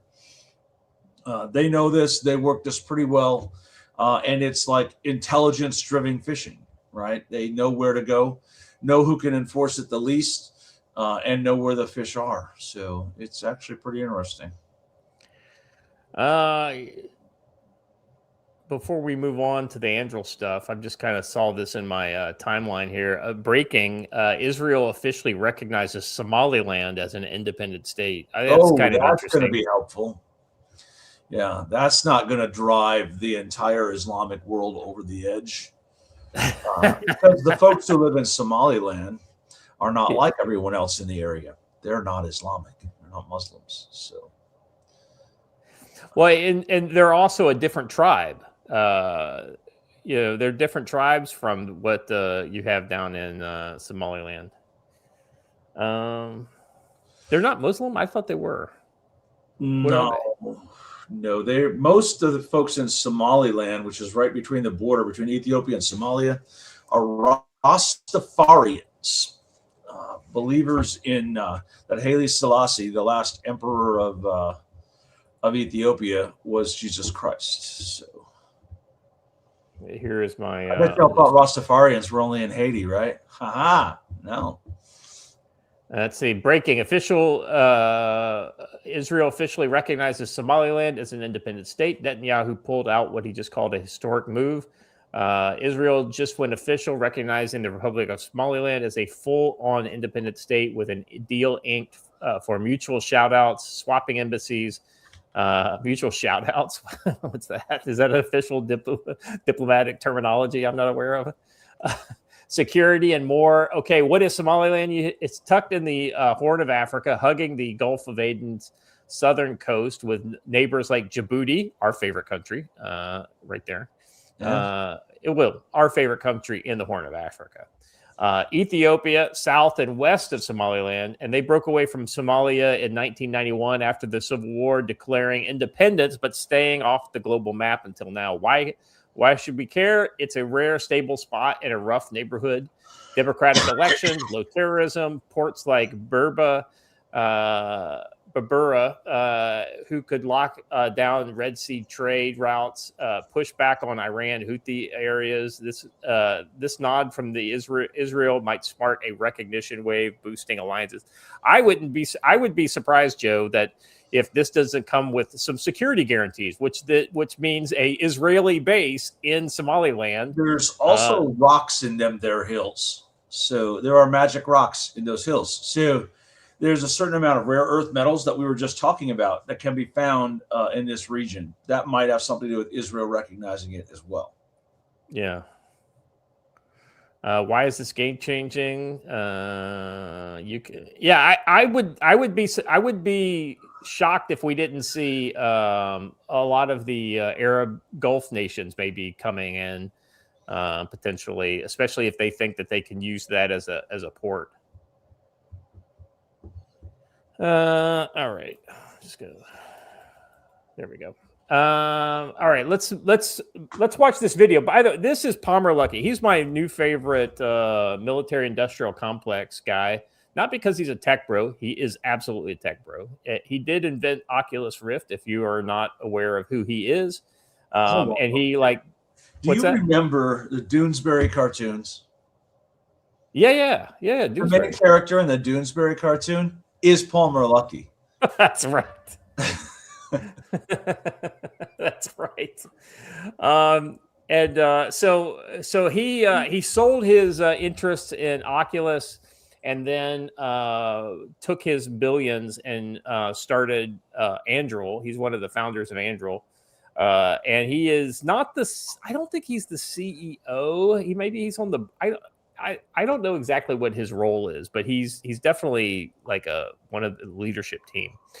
And he's got a very clear vision for how the military industrial complex should operate. And it's very Elon Musk in the kind of like sort of the cutting through the Gordian knot of how you should make weapons. And he doesn't tend to make weapons the way Boeing and Lockheed and all these other money pits make weapons. He wants to make weapons that every factory can make and for cheap and reasonable inputs. So let's listen. Let's listen a little bit here to what he has to say. Welcome to Japan. Of course, it's good to be back. You're building a defense technology company for the future. I'm doing my very, very best. It's what I think the future of defense looks like. I think that the defense industry needs to be a lot more agile. We need to be scaling up arms production.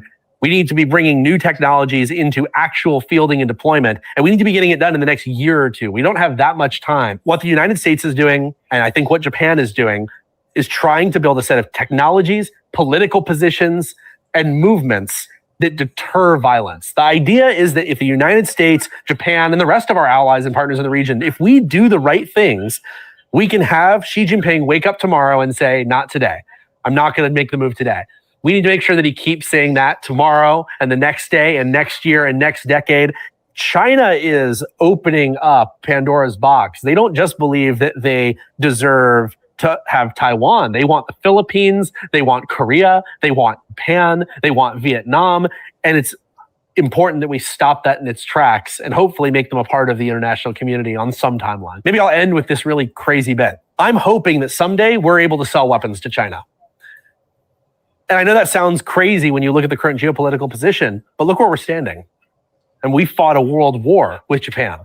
And in one generation, inside of one generation, there are people in Japan and the United States still living who fought each other to the death. And now they're one of our strongest trade partners, military partners, and cultural partners. I don't think there's any reason that you can't imagine the same thing happening for a reformed China. And if they can do that, I hope that we can be really great friends with them. That's the future. That's the future, I think. I think the future is hopefully that all the superpowers get along and people stop engaging in expansionist military action. Well, I mean, we did drop 2 nuclear bombs on Japan. So, I mean, that definitely will change your mind.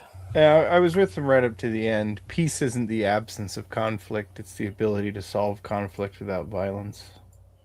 There's never going to be an absence of conflict.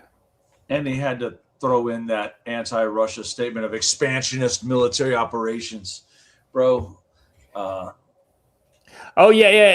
He's definitely on the we should be helping Ukraine. Because he sells weapons. I mean, I was going to say I'm not exactly sure that that's a philosophical point of view. I think it's definitely a sales point of view.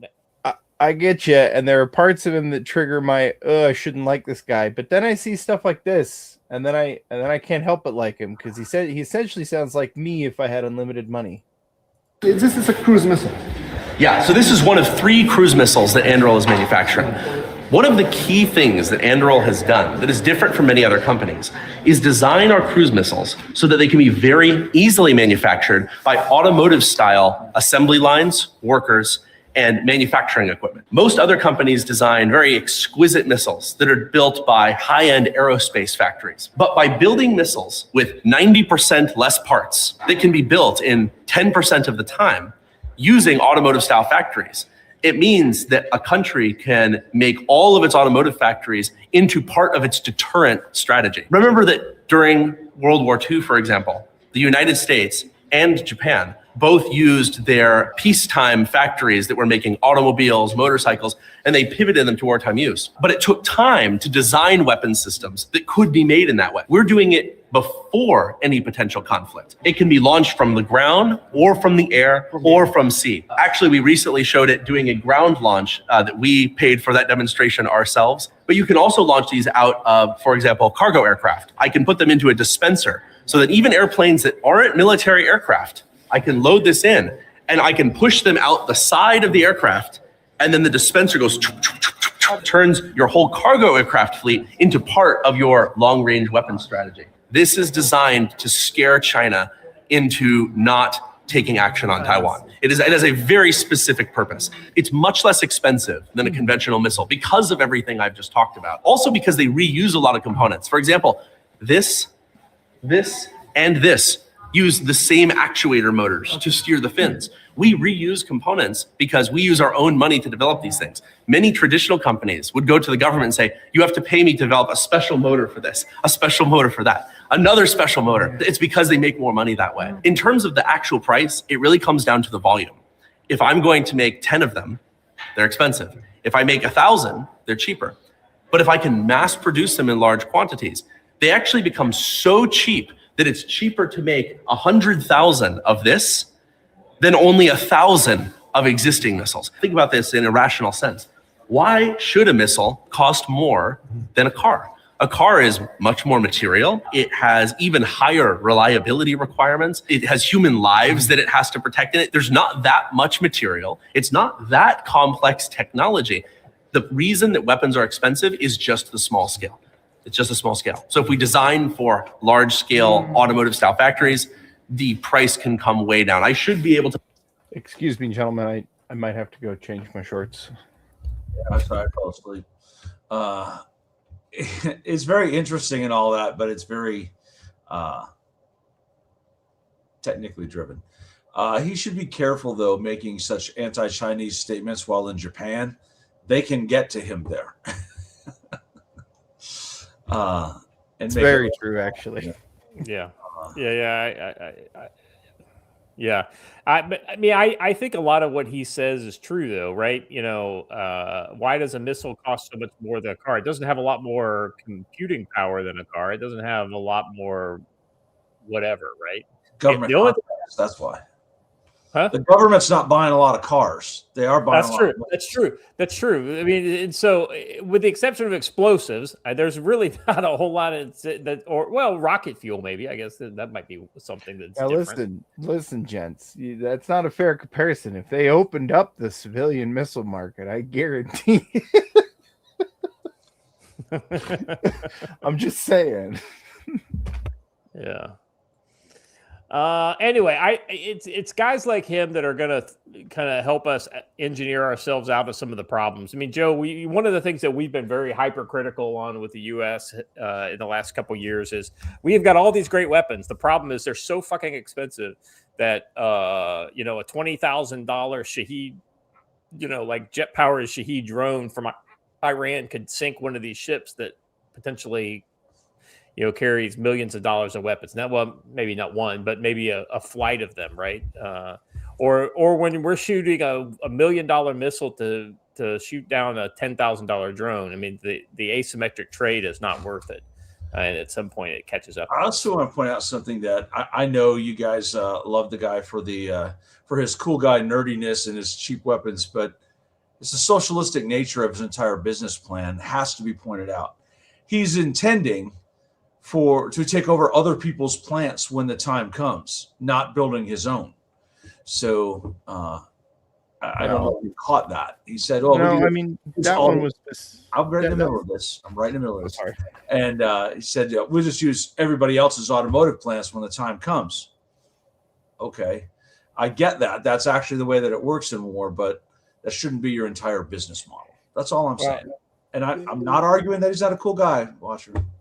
Well, no, I'm not. I'm just saying that's I should clarify. That's for the Barracuda specifically, which we're trying to give to Taiwan. And so the need for the automotive plants was special because that means that Taiwan can basically beef up automotive plants without saying, yes, we're actually building missile plants. Well, I don't think that that's necessarily it, Watcher. I think his business model is one that, you know, like he builds it in peacetime, but then he licensed the design out to companies like Ford or whatever, certainly. and then they can then make it. And Yeah. but then Ford is contracting directly with the government to make them versus like it's not like him taking the plants over. So, but lest you think I just want to defend him because I think he's cool, I actually he's actually not very cool. Yeah, he's not. I wouldn't call him cool. I would just say I think he's got some of the right ideas, and exactly. He talks like I would talk if I was in the defense industry, which is we must build them cheaper. Like that is the end of story. Everything has to be as cheap as possible, and we have to be able to mass produce as many of them as possible. And the entire design philosophy has to be geared around that and only that. I'm sorry, I'm completely distracted. I just found out that the PSA's 9mm Jackal SD has come out, and I've just been looking at it. Joe, have you seen this thing? No. I'm sorry, this is not as cool as Andrel, I'm sure, but hey, it's something that we can actually have. It's got a brace, so it means that's okay. But this is definitely SBR territory, and of course it has a can, but it's integral, so maybe it's a single stamp. It's not an SBR; it's a pistol. That's why it has. Yeah, that's what I'm saying. Like it's only got it's a single stamp because it's a PCC. It's a PCC. It's got a brace on it. I think I said that wrong. But yeah, man. I'm like, if you're going to get a rifle, it should be a rifle caliber. That's just kind of my opinion. Not that I don't like me a good MP5, but form factor wise, though, I'm not going to lie. As a comic book gun or an action figure gun, that's actually really nice. I like that. Although, go ahead. I'm sorry, Jim. This is probably way cheaper than an MP5. Oh, yeah, way cheaper. Like thousands of dollars cheaper. Yeah. I'm thinking something. I'm actually looking for a pistol caliber carbine for my daughters as a. Okay. I like that. You know what? Without the brace on it, it looks legit. Now this has to get whipped up, folks at home. We need the mom. Can we have MP5? No, we have MP5 at home. MP5 at home. Yeah, it looks good with stuff on it too. Just. All right, I'm sorry. I apologize for derailing the. No, that was a good derailment. That's solid. Yeah. All right. Let's see. I think. Yes, be prepared. That's an MP5. We know this. All right. We got that. We got that one out of the way. Yes. So this final one, though. So this is kind of like somebody is arriving at a similar prediction, I think, than what we kind of came up with. Now, this is being given as a report. So take it all with a very big grain of salt. This guy's talking like he's got some sources or something like this. Joe, you and I just made the guess. Like, hey, we're not smart people, but if we had to do what China's going to have to do, the way we would do it is this way, right? Right. And this is very similar to what this guy's saying. So let me read this. December 2025 assessment by the U.S. Department of Defense suggests People's Liberation Army now plans for a prolonged high-intensity campaign over Taiwan rather than a rapid invasion. Drawing hard lessons from Russia's experience in the Ukraine war, Beijing appears increasingly focused on sustaining joint operations, logistics resilience, and urban warfare while using cyber, missiles, and information operations to delay or complicate U.S. intervention. The shift reflects recognition that Taiwan's geography, fortified defenses, and motivated forces would likely turn any conflict into a drawn-out, resource-intensive struggle rather than a short, decisive campaign. Strategically, the assessment matters because it signals a more deliberate and potentially destabilizing planning horizon where deterrence, alliance coordination, and crisis management became as critical as battlefield capabilities. So yeah, I mean, I think I agree with all this. I mean, you know, step one or phase one in our idea, Joe, was a blockade essentially, and then they would go from there. I think you correctly pointed out that Kinmen Island would definitely be on the opening salvo. And there are a series of islands that kind of lead from the coast into Taiwan. And I would bet that they would basically leapfrog those islands before the actual invasion of Taiwan. Yeah, and it's much harder for us to push reinforcements to Kinmen and Matsu Right. than it is to push them right to mainland Taiwan. There's not a lot of infrastructure on Kinmen and Matsu, not enough to do a mass airlift. And yeah, you'd have to go through all Chinese airspace and waters to get there. Kinmen is within Chinese airspace, so it becomes very hard to support them from there. Yeah. These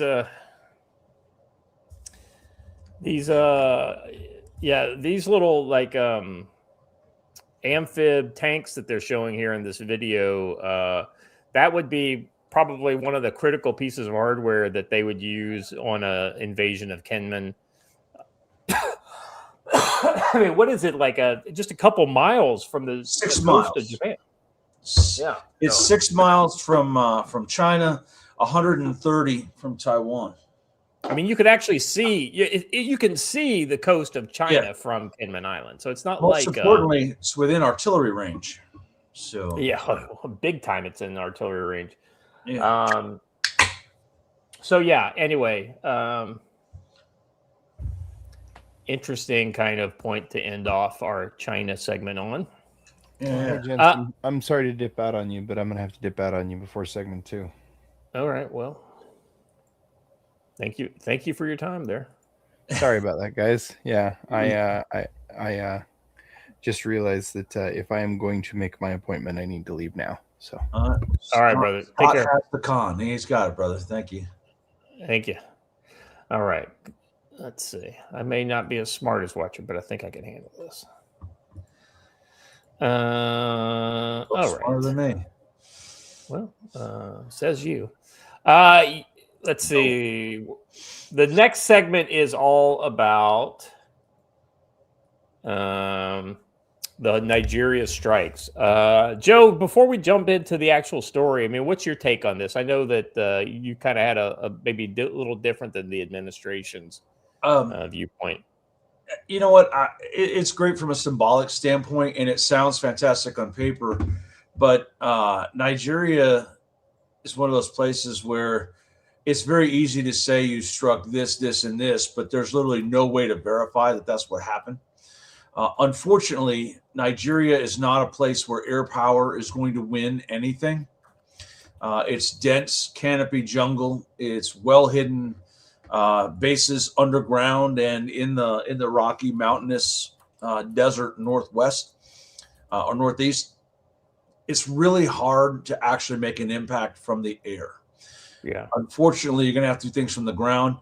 And they say we're doing this in response to killing of Christians. That's fantastic, but they're so intermingled there. Did we accidentally kill Christians? We don't know. You're going to actually have to get in and root these guys out from these villages and push them out in order for this to work. Air power is not the answer here. Yeah. I'm sorry. I forgot the one part that we talked about before the show that I didn't even mention is if Yeah. you really want a good win here, you do a hostage rescue the next time they see some girls. The optics of Americans rescuing Christian girls from terrorists is way better than churning up some dirt and destroying a couple of mud huts. Yeah. Let me read this story here from Zero Hedge, and then and then we'll get into maybe some different points of view on this. All right. U.S. launches strikes against terror scum in Nigeria. President Trump telegraphed the move last month, warning U.S. military intervention in West Africa was certainly on the table after what he described as mass killings of Christians by Islamic terrorists in Nigeria. Now, the president says the U.S. military forces carried out powerful strikes against ISIS targets, framing the operation as a direct response to militants viciously killing primarily innocent Christians. Tonight, at my direction as the commander-in-chief of the United States, this is Trump speaking, the United States launched a powerful and deadly strike against ISIS terrorist scum in northwest Nigeria, who have, Joe, I actually heard somebody criticize President Trump for calling them terrorist scum. Like that dehumanizes people of the African, of the Sahel, some bullshit. He specifically said ISIS. I'm down with that. I know. It's just, somebody will always crawl out of the woodwork to defend ISIS, who have been targeting and viciously killing primarily innocent Christians at levels not seen for many years and even centuries. Trump wrote on Truth Social on Christmas Day, I have previously warned that these terrorists, that if they did not stop slaughtering of Christians, there would be hell to pay. And tonight there was. The Department of War executed numerous perfect strikes, only as the United States is capable of doing. Under Biden leadership, our country will not allow radical Islamic terrorists to prosper, the president declared. And so while he signs checks to Afghanistan. Yeah, I don't. I'm not a fan of that. Here's the thing. A couple of things. It's a net positive, but I think it's mostly showboating because it probably didn't really accomplish much. You notice there's no BDA here. No, we killed 27 ISIS terrorists who were doing X, Y, or Z. We conducted some strikes on their territory. So without a BDA, it's performative.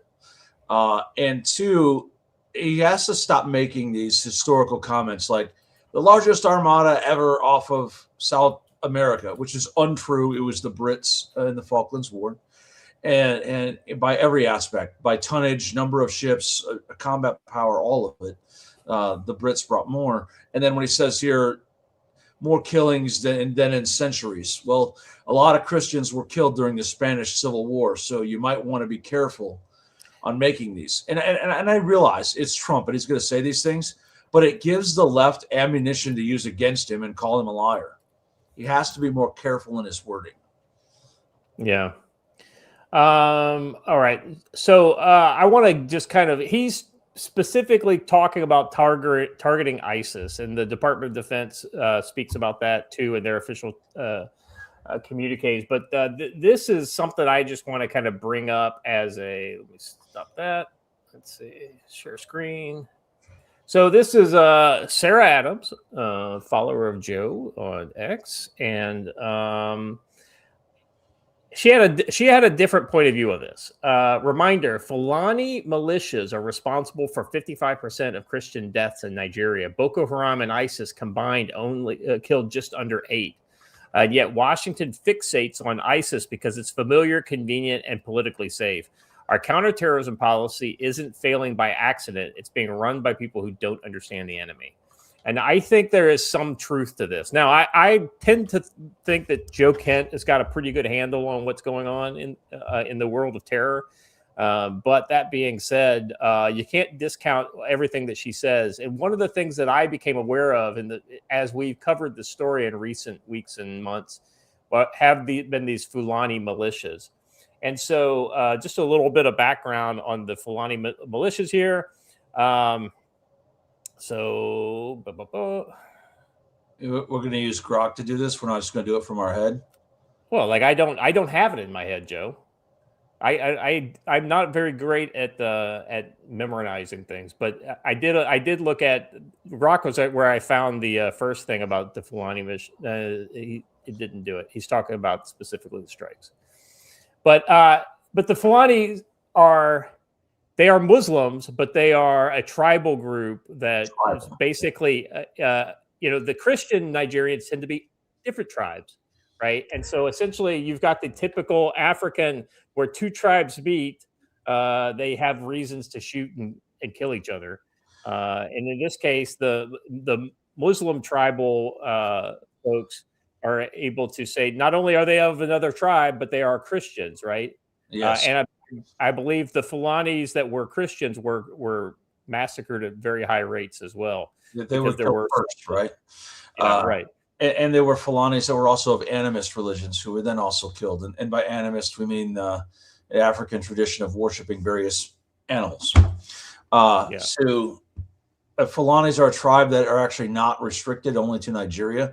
And this is one of the problems you have in conflict in Africa is tribes crossing borders. The borders in Africa were imposed by European powers on the tribes. They're not something that's always existed. Wakanda is not real. So it's the same problem that we had in the Rhodesian Civil War, in that the tribal groups operate in tribal areas with no regard for borders. And so you had guys coming in from Mozambique, from Angola, from different areas, tribal areas coming in to a different extent. It's the same thing we faced in Pakistan, from the tribal areas moving into far eastern Afghanistan. But it's been more of a tribal struggle than a true ISIS versus the West struggle. But ISIS has way better optics than saying we're destroying some backwards tribe in Africa. That sounds really bad. Right. And let's be honest, Joe. I mean, this is the problem all throughout the Sahel, right? I mean, it's not just. I mean, you go over to Sudan, you run into a lot of the same problems, right? You know, there's a lot of tribal and not just tribal, but ethnic, differences. It's shocking how different people are on the other side of a major terrain feature in Africa. And so,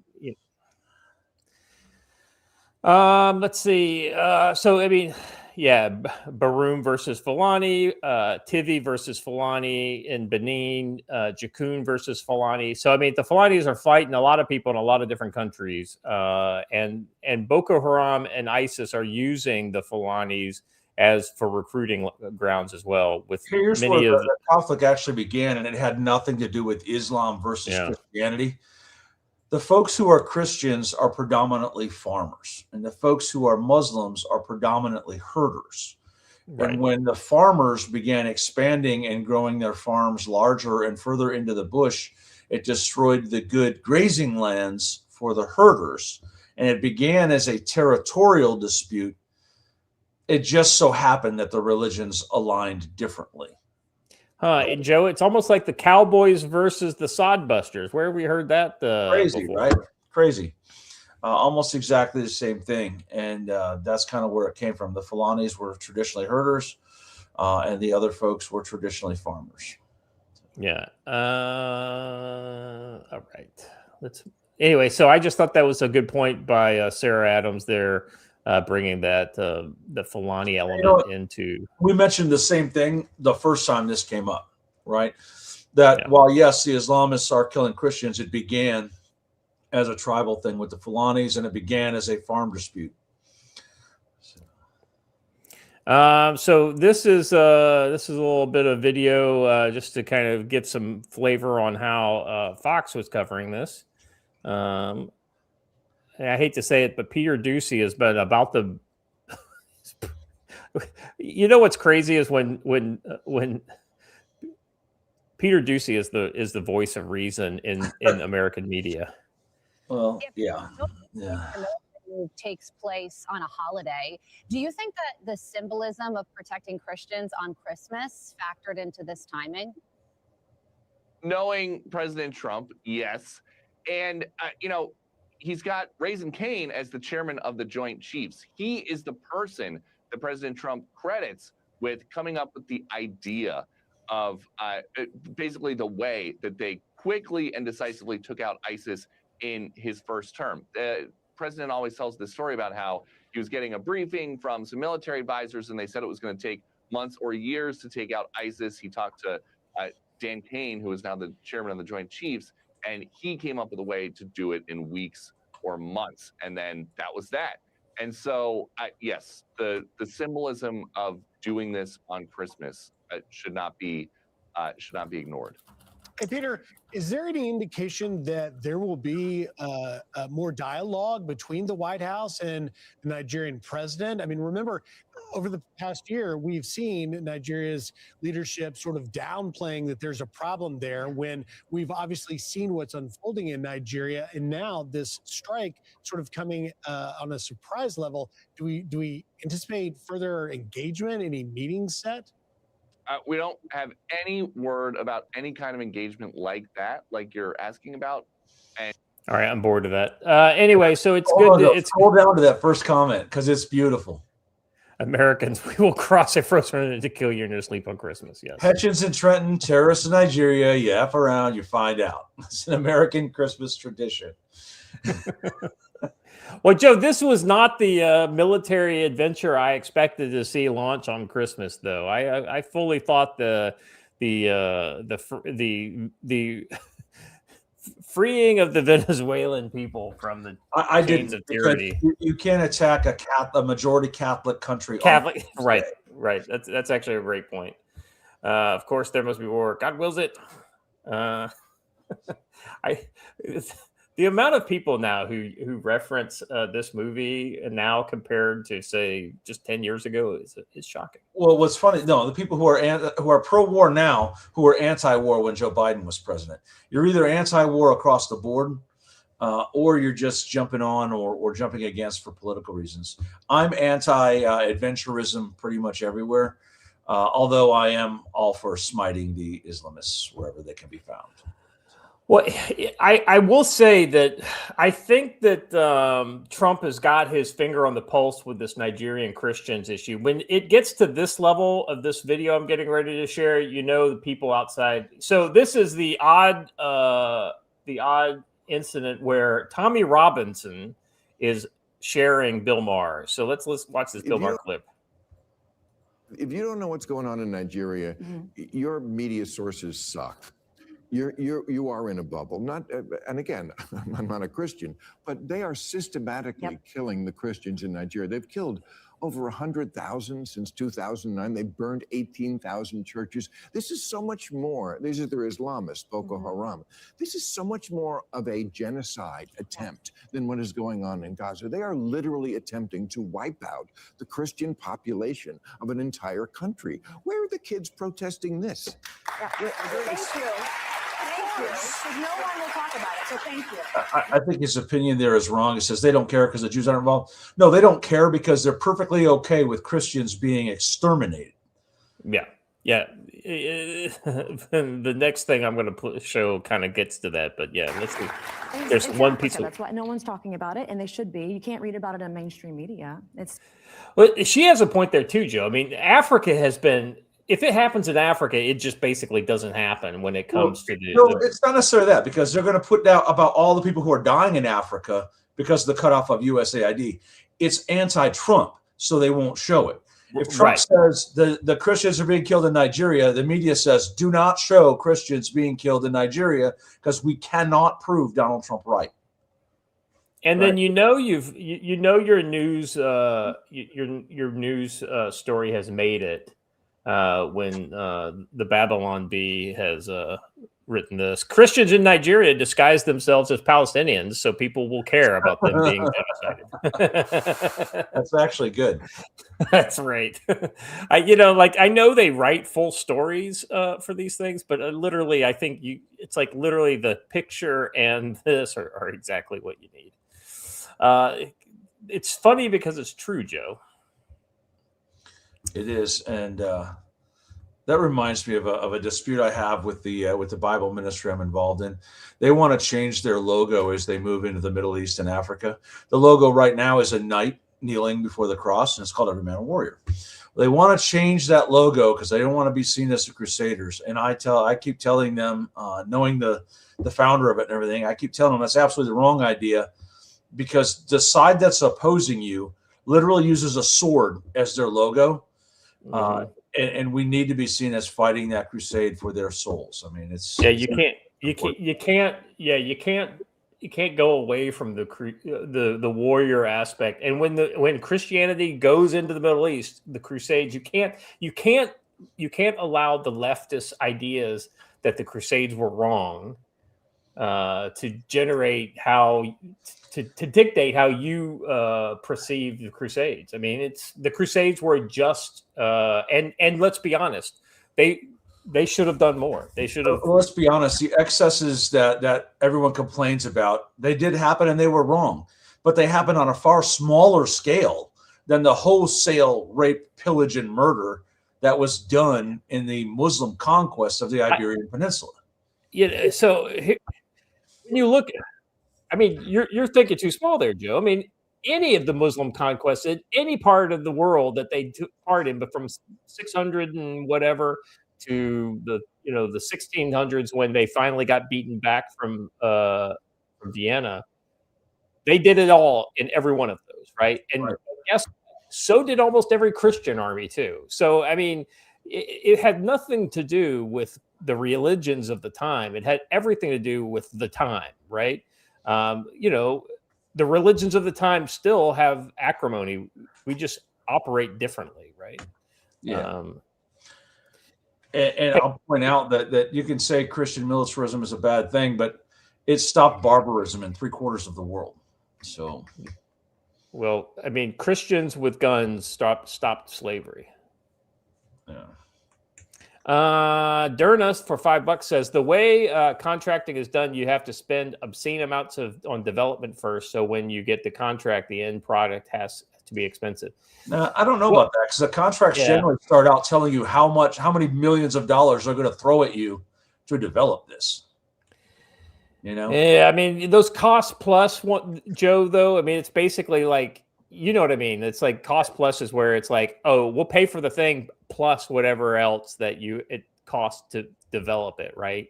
And so, yeah, I mean, I think one of the just to touch on the Palmer Lucky Androl thing, one of the things I think that he has done a good job of is identifying that we don't want to operate like Lockheed Martin, right? We want to operate like Apple, which is to develop a product, work it up and make it work, and then take it to the military and say, hey, do you want this product? It works really well. We spent our own money on it. And if you buy it, it costs X amount per unit, right? And if you buy this many, it costs this much less. You know what I mean? Like, so his model is like a consumer product model versus a defense. And I think I think it's companies thinking like that is what will help the Department of War go from the Cold War era, spend billions and billions and billions of dollars on very few things to something that is more sustainable into the future where we're just paying for what we need. Yeah. Taylor TC for $5 says Islam is tribal immune. That's why it spreads how it is in Arabia. It's Islam first, tribe second. If the farmers were Muslim, then they would likely go. The only thing that I would, and Joe, feel free to correct me here if I got it wrong. The only thing that I would say on that is like the Hashemites and like the other kind of descendants of the Prophet and all that kind of stuff kind of form a tribe within Islam that are kind of like more equal than others, Yeah, there's Shia and Shiite, and then there's the Twelvers and the Hashemites and several different tribes within Islam. Yeah. But those are tribes based on Islam, not the tribes. Like I agree generally with what he's saying. Like your local tribal things are second, where Islam is first. Yeah. And generally, if they're both in the same country, they would probably all support the same type of Islamism, because that's how it spreads, right? Either the Shias or the Sunnis come to your country and introduce it to you. And in that region, I would say it was probably the Shias. So. All right. Anything else, Joe? What do you think towards looking at the weekend? We had let's be honest, we had a relatively peaceful outside of the Nigeria thing, outside of some events in Europe with some attacks on Christmas trees and things like this. It was much more peaceful than we had any right to expect. Anything that you think might happen in the off going into the new year? Well, unless you were a a narco trafficker, then it was not a very peaceful week for you because we blew up a few ships and seized a couple oil tankers. And we're chasing that one oil tanker down in the Atlantic. So we'll get some word over the weekend that I think we'll see some of that come to a head. Venezuela and maybe Russia taking some steps to protect these oil tankers. Yeah. And then that could lead to some sort of a conflict. But I think that now that Christmas is behind us, we'll be back to the Venezuela nation building. I know that over this intervening week, additional ground forces and additional air assets reached the region. And like I said, we learned our lesson in Panama that taking so long to fly was a bad idea. We needed to get assets staged much closer, so there's almost no warning. If you launch from that Dutch base in Aruba, you'll be over Venezuelan airspace before they know you're in the air. So there's lots of opportunity there. I think we'll see something move on Venezuela, maybe not the weekend, but between now and New Year's. Yeah. I think I think we're going to see a lot of incremental stuff go on. I wouldn't be surprised if we didn't see some sort of a dynamic raid against some of these Somali and other targets in parts of the U.S. You know what? I want to point something out to, and I'm going to mention it every show between now and then. They have arrested 2 different cells that were planning bombing attacks on New Year's Eve. That's right. Leftist cells. You need to be aware of that, plan accordingly, and think smart as you go into January 1st. Just because they caught these cells doesn't mean they've caught everyone. Yeah, that's a great point, Joe. I would go so far as to say if you are in a small town, then you're probably safe to go to your local if there's a New Year's thing that you want to do, that's fine. But if you're in a big city, I would avoid any public New Year's celebrations like the fucking plague. This is a great year for all you and your buddies to get to have a house party for New Year's versus go into either a bar or a public, kind of concert or whatever.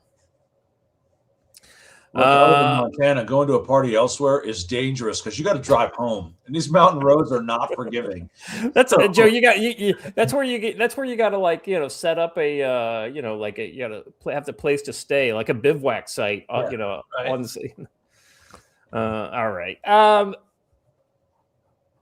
What do you think? Not to take us back to the sore topic of the Ukraine peace deal. What do you think is the likelihood of us getting anything concrete in the near future, or do you think this is going to be something that just kind of like gets batted back and forth? I wouldn't anticipate a resolution before June. That's just my guess. Yeah. We're probably 6 months out from a resolution. What would be really interesting is if the Europeans try to queer the deal all the way into the midterms.